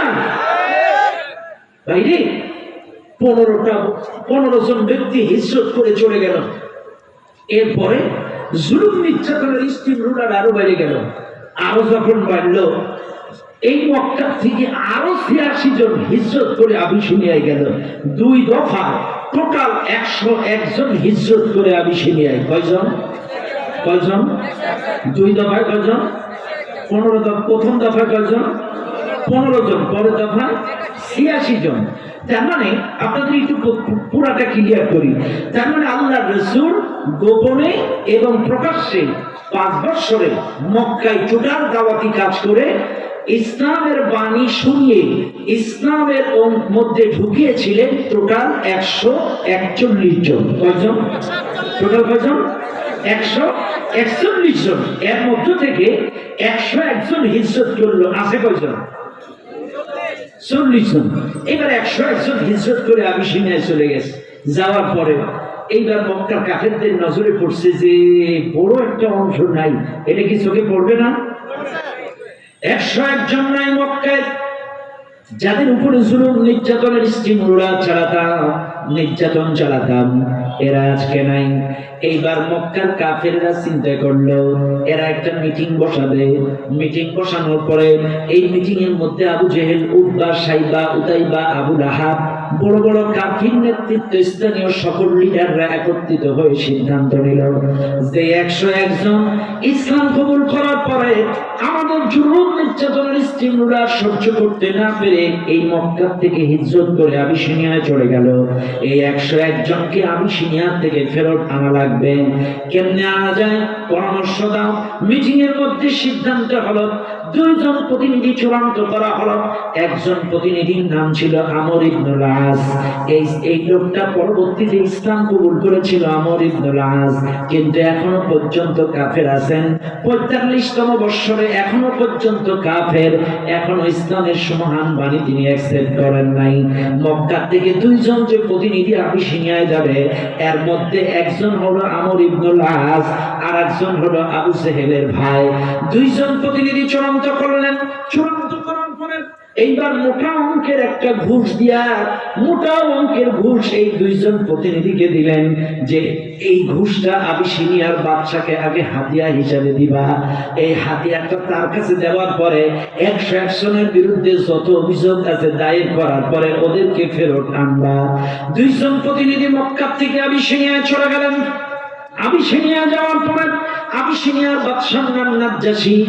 নাজ্জাশীর কাছে মোটা অঙ্কের ঘুষ যখন দিলেন হাতিয়া হিসাবে, নাজ্জাশী খুব খুশি।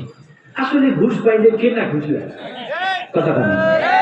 এখন দেখছেন না এই জালিম সরকারের আমলে বান্ডেল বান্ডেল ভূমি office, tune office, SP office, DC অফিসে পড়তো, কাজ হতো 5G গতিতে, কিন্তু এখন বান্ডেলও নাই, ওদের কাজের গতিও নাই। রাস্তাঘাটে যাইতাম, এই খুনি সরকারের আমলে এই পুলিশ প্রশাসনের মুখে দেখতাম হাসি, কিন্তু এখন ওদের মুখে হাসি নাই, কারণ এখন তো এত খারাপ, এরা এত খারাপ। একবার আমার নাইবে আমি সাতক্ষীরা জেলার সেক্রেটারি জেনারেল, জামাতের সাতক্ষীরা জেলার সেক্রেটারি জেনারেল, উনি সেক্রেটারি মারা গেলেন। আমরা জানাজায় গেছি, অপরাধ একটাই। কিসে গেছি? জানাজায় গেছি, অপরাধ একটাই, জানাজায় গেছি। 110 জনকে গ্রেফতার করেছে, আমাকে সহ। ওদের নাই কয়জন? এখন 110 জনকে গ্রেফতার করলো, অপরাধ একটাই, জানাজায় গেছে। সাতক্ষীরার নাম তো আপনারা শুনছেন। এর চিত্র আর বাস্তবে তুলে ধরবো না, কিন্তু সে জন্য নির্যাতন সাতক্ষীরায় চালাইছে। সাতক্ষীরা প্রত্যেকটা ইসলামী আন্দোলনের কর্মীদের 10টা, 20টা, 50টা করে মামলা। এমন লোক আছে সাতক্ষীরাই হাজিরা দিতে দিতে অবশেষে রক্ত বিক্রি করে হাজিরা দিয়েছে, রক্ত বিক্রি করে হাজিরা দিয়েছে, গরু বিক্রি করে হাজিরার টাকা জোগাড় করেছে। এমন লোক আছে, আমি যে জানাজা থেকে আসলাম, আমাকে ছাড়াইতেও 1,20,000 টাকা লাগছে। 1,20,000 টাকা দিয়ে বাড়িতে হয়েছে, হাদিয়াটা নিচে উড়াই। কাজী ভাইরে, আজকে কি খাওয়াটা খাইছে এই 17টা বছর। ভাইরে, আজকে যদি আমার এই মাহফিল কোন প্রশাসনের বাইরে শুনে থাকেন, কোন সরকারি কর্মকর্তা শুনে থাকেন, আপনাদেরকে বলছি, হারামের দেহ কখনো জান্নাতে যায় না। আপনি হারাম খাইবেন, হারামের দেহ কখনো জান্নাতে যায় না। জান্নাত তো দূরে থাক, হারাম খাইলে আপনার কোনো একটি ইবাদত কবুল হবে না। শুনে নেন, পবিত্রতা 2 প্রকার, একটা হলো বাহ্যিক পবিত্রতা, আর একটা হলো আত্মার পবিত্রতা। বাহ্যিক পবিত্রতা হয় ওযু আর গোসলে, আত্মার পবিত্রতা হয় হালাল খাদ্য খাবারের মাধ্যমে। আপনি পুলিশ, আপনি ডিসি, আপনি এসি, আপনি সরকারি কর্মকর্তা, আল্লাহর কসম আপনার ওযু গোসল 100% সহি, কিন্তু নাপাক ঘুষের টাকা, দুর্নীতির টাকা খেয়ে আত্মা যদি নাপাক করে ফেলেন, নাপাক আত্মাদের কিয়ামত পর্যন্ত সেজদা দিলে একটা সেজদাও কবুল হবে না।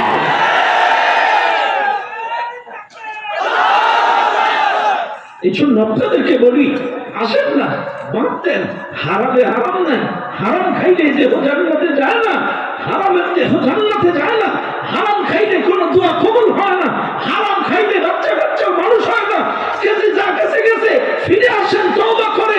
আপনারা তওবা করেন, এদেশ আপনার, এদেশ আমার, আর কোনোদিন হারাম খাবো না। দুর্নীতি মুক্ত একটা বাংলাদেশ, একটা সুন্দর বাংলাদেশ আমরা আগামীতে উপহার দেবো। কথা বলেন ঠিক কিনা? মনে রাখবেন, মনে রাখবেন, এই যেটা হয়েছে ছাত্র আন্দোলন, এটা কিন্তু ইসলামী বিপ্লব না, এটা হচ্ছে গণ অভ্যুত্থান। এটাকে বিপ্লব বলা যাবে না, এটা গণ অভ্যুত্থান। এটাকে অভ্যুত্থান বলা যায়, বিপ্লব, ইসলামী বিপ্লব বলা যায় না। ইসলামী বিপ্লব হবে তখন আগামী নির্বাচনে বাংলাদেশ জামাত ইসলামীর সাথে ঐক্যবদ্ধভাবে দলমত নির্বিশেষে এদেশের সকল মানুষ এক হয়ে ইসলামী আন্দোলনকে সমর্থন করে যদি কোরআনের পাখিগুলোকে ক্ষমতায় এনে কোরআনী শাসন যদি প্রতিষ্ঠা করতে পারি, সেটাই হবে বাংলাদেশের জন্য ইসলামী বিপ্লব।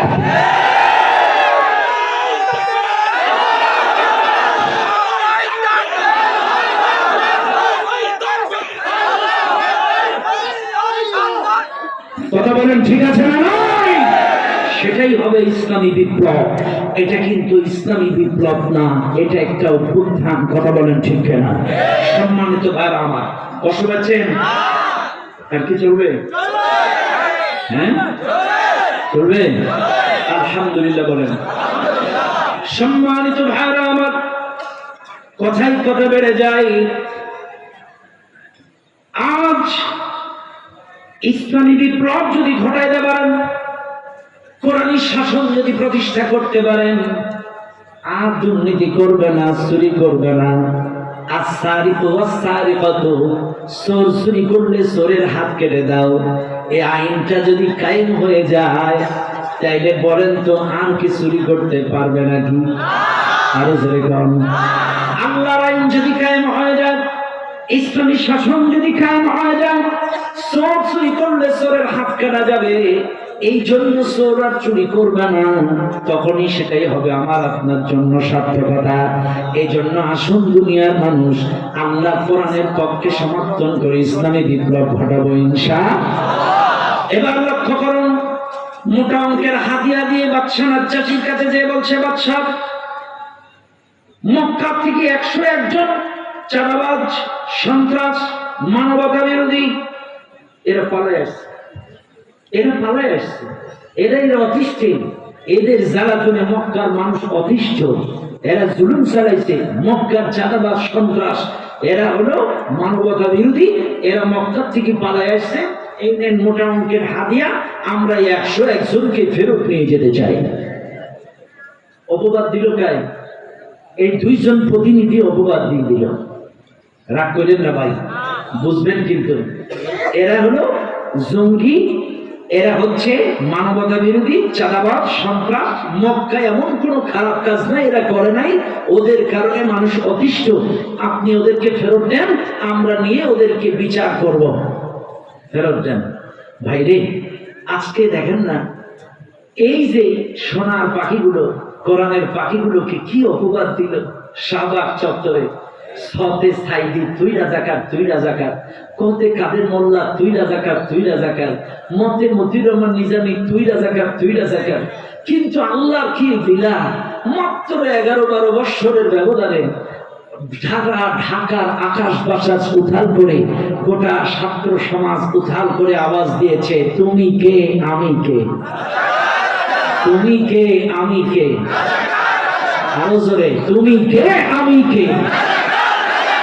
অথচ এদেরকে এতটা বছর ধরে মানবতা বিরোধী বানায় রাখছে, কিন্তু গোটা বাংলাদেশের লোক বিগত দিনেও জেনেছিল, আর এই 1.5-2 মাসেও জেনেছে আসলে বাংলাদেশ জামাত ইসলামের লোকেরা মানবতা বিরোধী না, এরাই হলো অরিজিনাল মানবতা দরদী।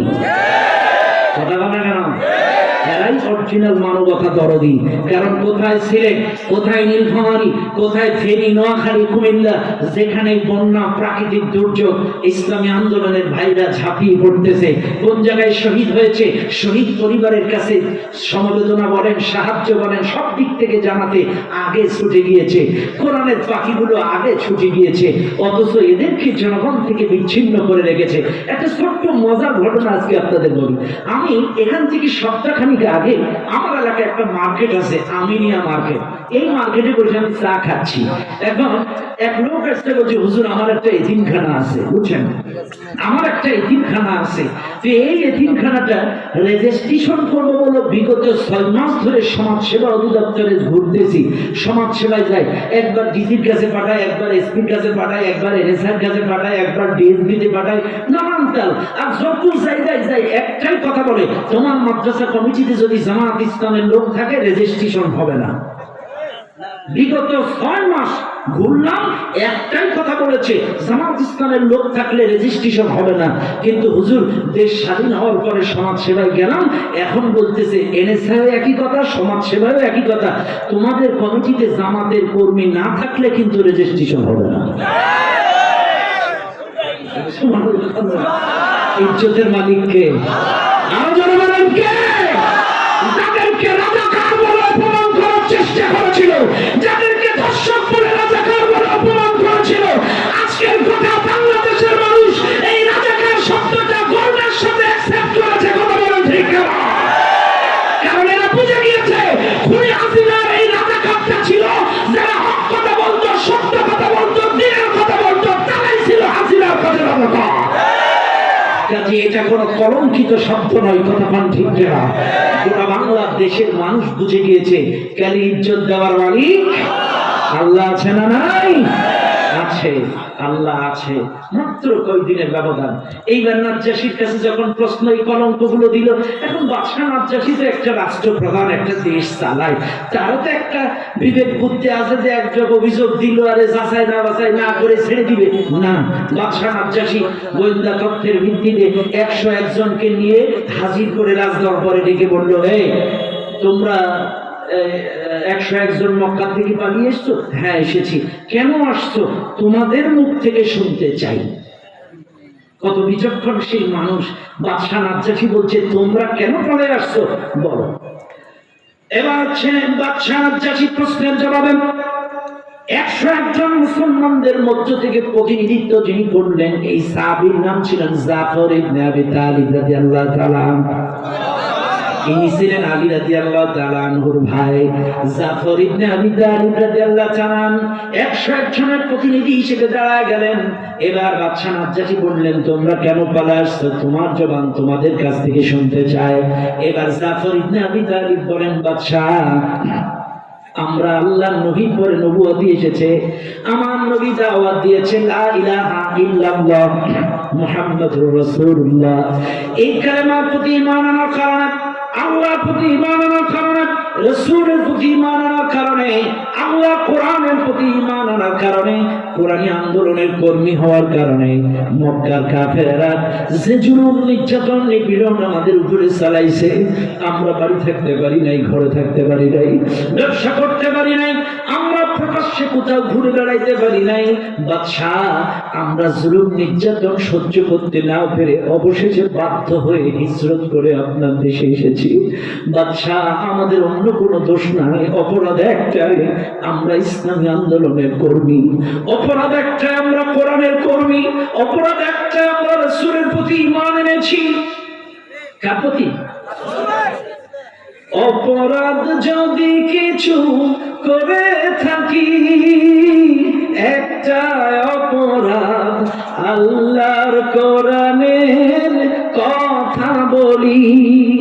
অপরাধ যদি কিছু করে থাকি, একটা অপরাধ আল্লাহর রাসূলের পথে চলি। সেই অপরাধে জীবন যদি দিতে হয়, দিতে পারি যা আছে আমাদের সব। রেখো না মনেতে ভয় বান্দা খোদার, দূর হয়ে যাবে বাধা সব।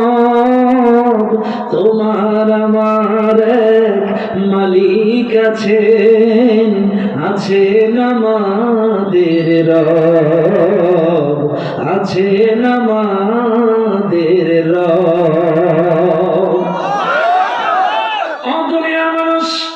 বাদশাহ নাজ্জাশী শুনলেন কোরআনের প্রতি, আল্লাহর প্রতি, রাসূলের প্রতি ঈমান আনার কারণে তারা নির্যাতন চালাইছে, অথচ তারা কিন্তু মিথ্যা কলঙ্ক দিছে।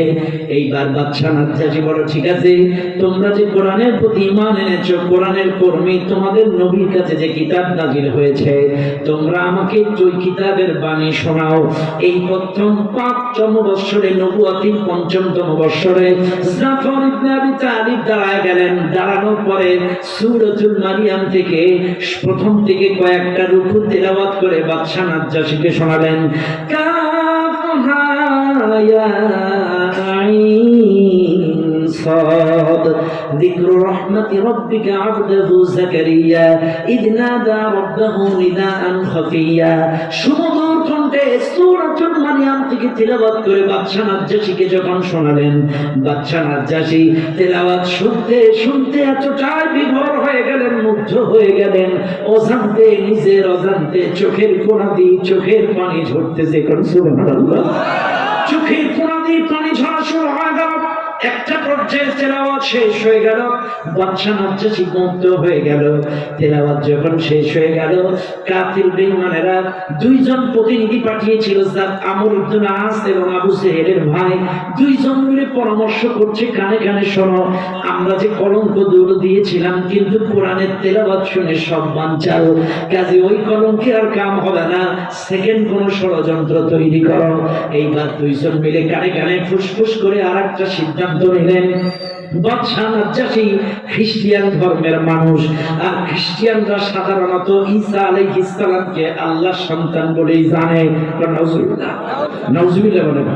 আল্লাহর কোনো ছেলে আছে, মেয়ে আছে, বাবা আছে, মা আছে, কেউ আছে? আল্লাহ কয়জন?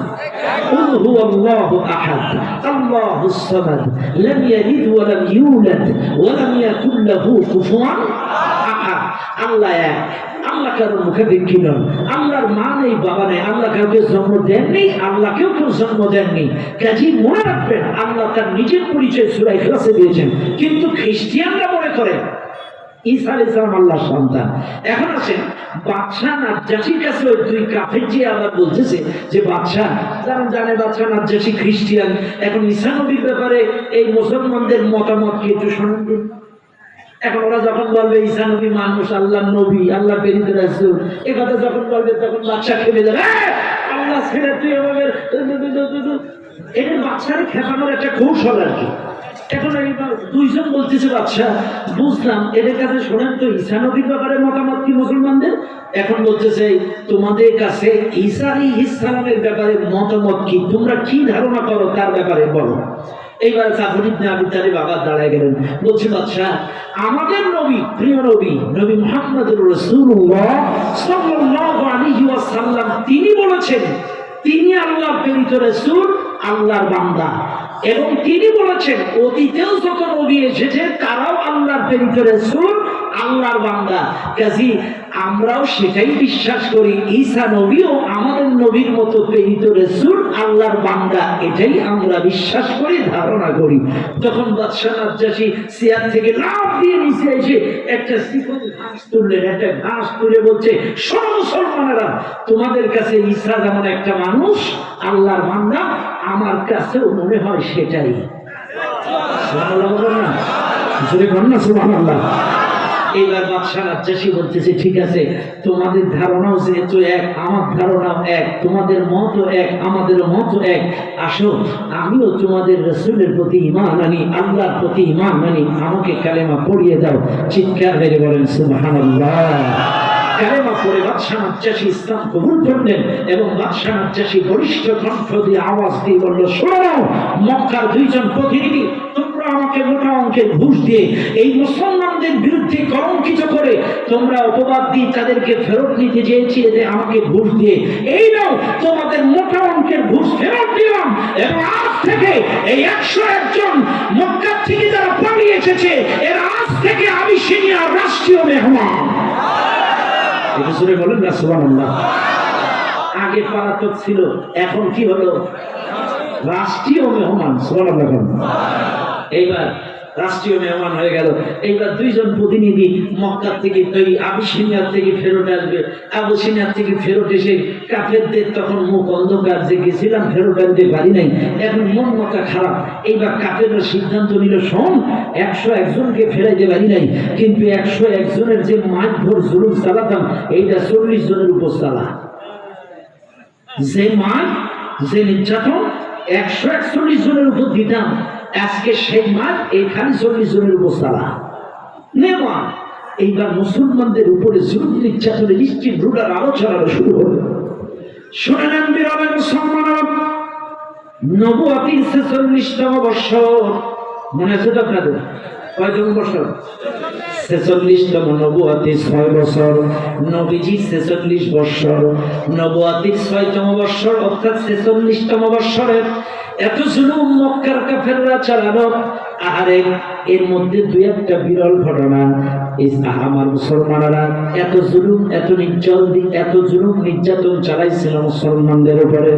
আম্মার বিন ইয়াসির ইসলাম কবুল করার অপরাধে, সুমাইয়া ইসলাম কবুল করার অপরাধে সালমা বিনতে সুহাইল ইসলাম কবুল করার কারণে যে জুলুম নির্যাতন নিপীড়নের স্টিমুরাত যখন চালালো, ও মুসলমানেরা, ছোট্ট একটা জ্বলন্ত উদাহরণ, আম্মার বিন ইয়াসির ইসলাম কবুল করে কোরআনী আন্দোলনের কর্মী যখন হয়ে গেল, আবু জাহেল শুনতে পেল, আবু জাহেল শুনে আম্মার বিন ইয়াসিরকে রাস্তার মধ্যে ধরে বলে, হে আম্মার বিন ইয়াসির, তুমি ইসলাম কবুল করেছো 46তম বছরে?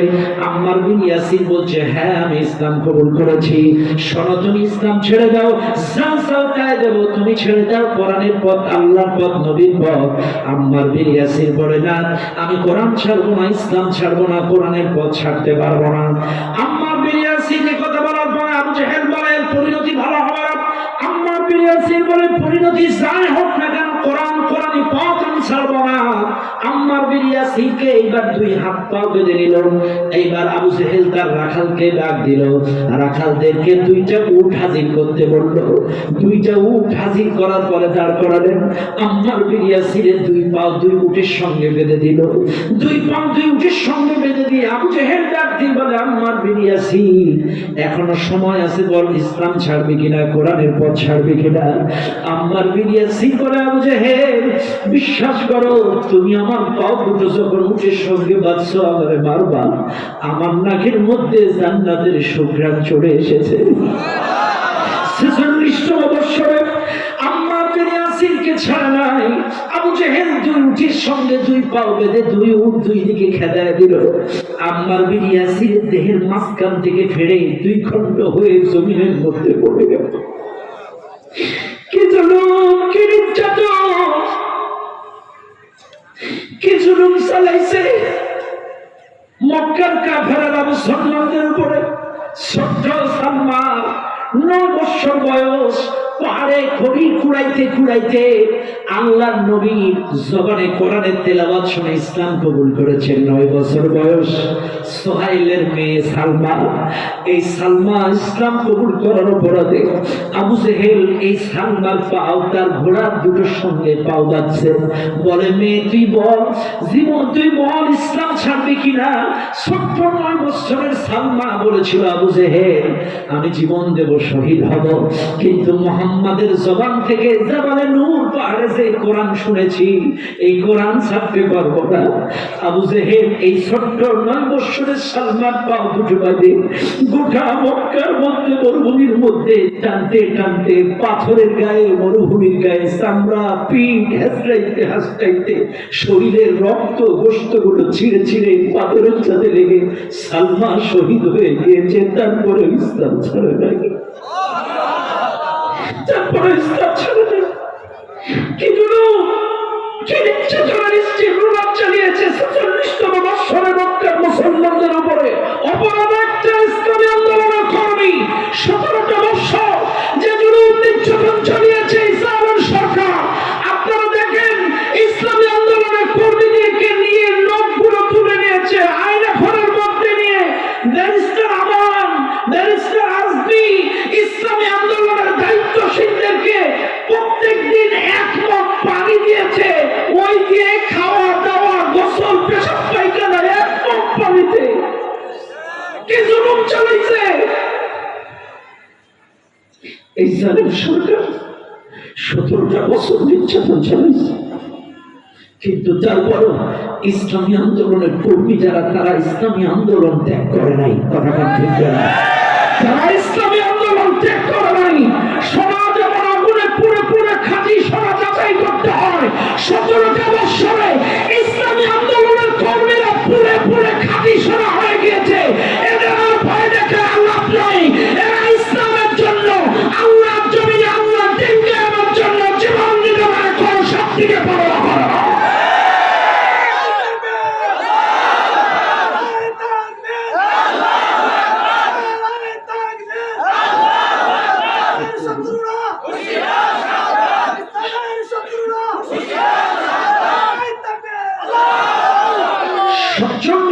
বৎসর 47তম বৎসর মুহররম মাসের 1 তারিখ 47তম বৎসরে মক্কার কাফেররা সিদ্ধান্ত নিল মুহাম্মাদের কারণে আমাদের পরিবারে, আমাদের গোষ্ঠীতে মক্কায় গ্রুপিং তৈরি হয়ে গিয়েছে, পরিবারে অশান্তি, মানুষ ইসলাম কবুল করছে দলে দলে।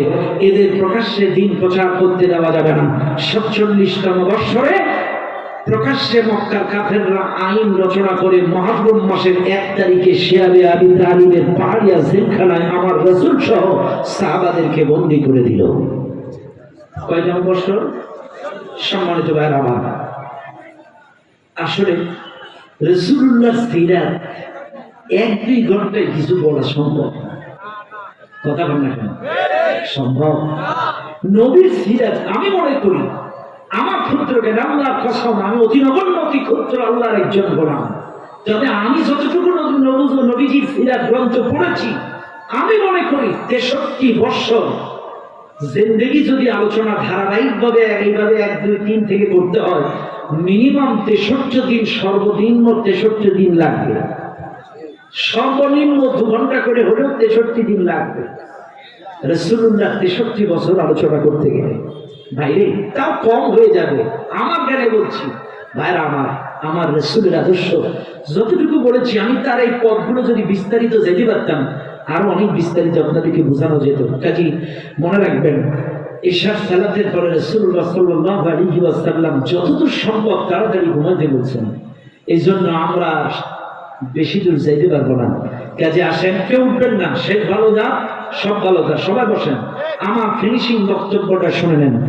একটা কথা শুধু বলে যায় আপনাদেরকে, ভাইরে, মনে করেন দিনাজপুর থেকে আপনারা ঢাকায় যাবেন। কোন জায়গায় যাবেন? কোন জায়গায় যাবেন?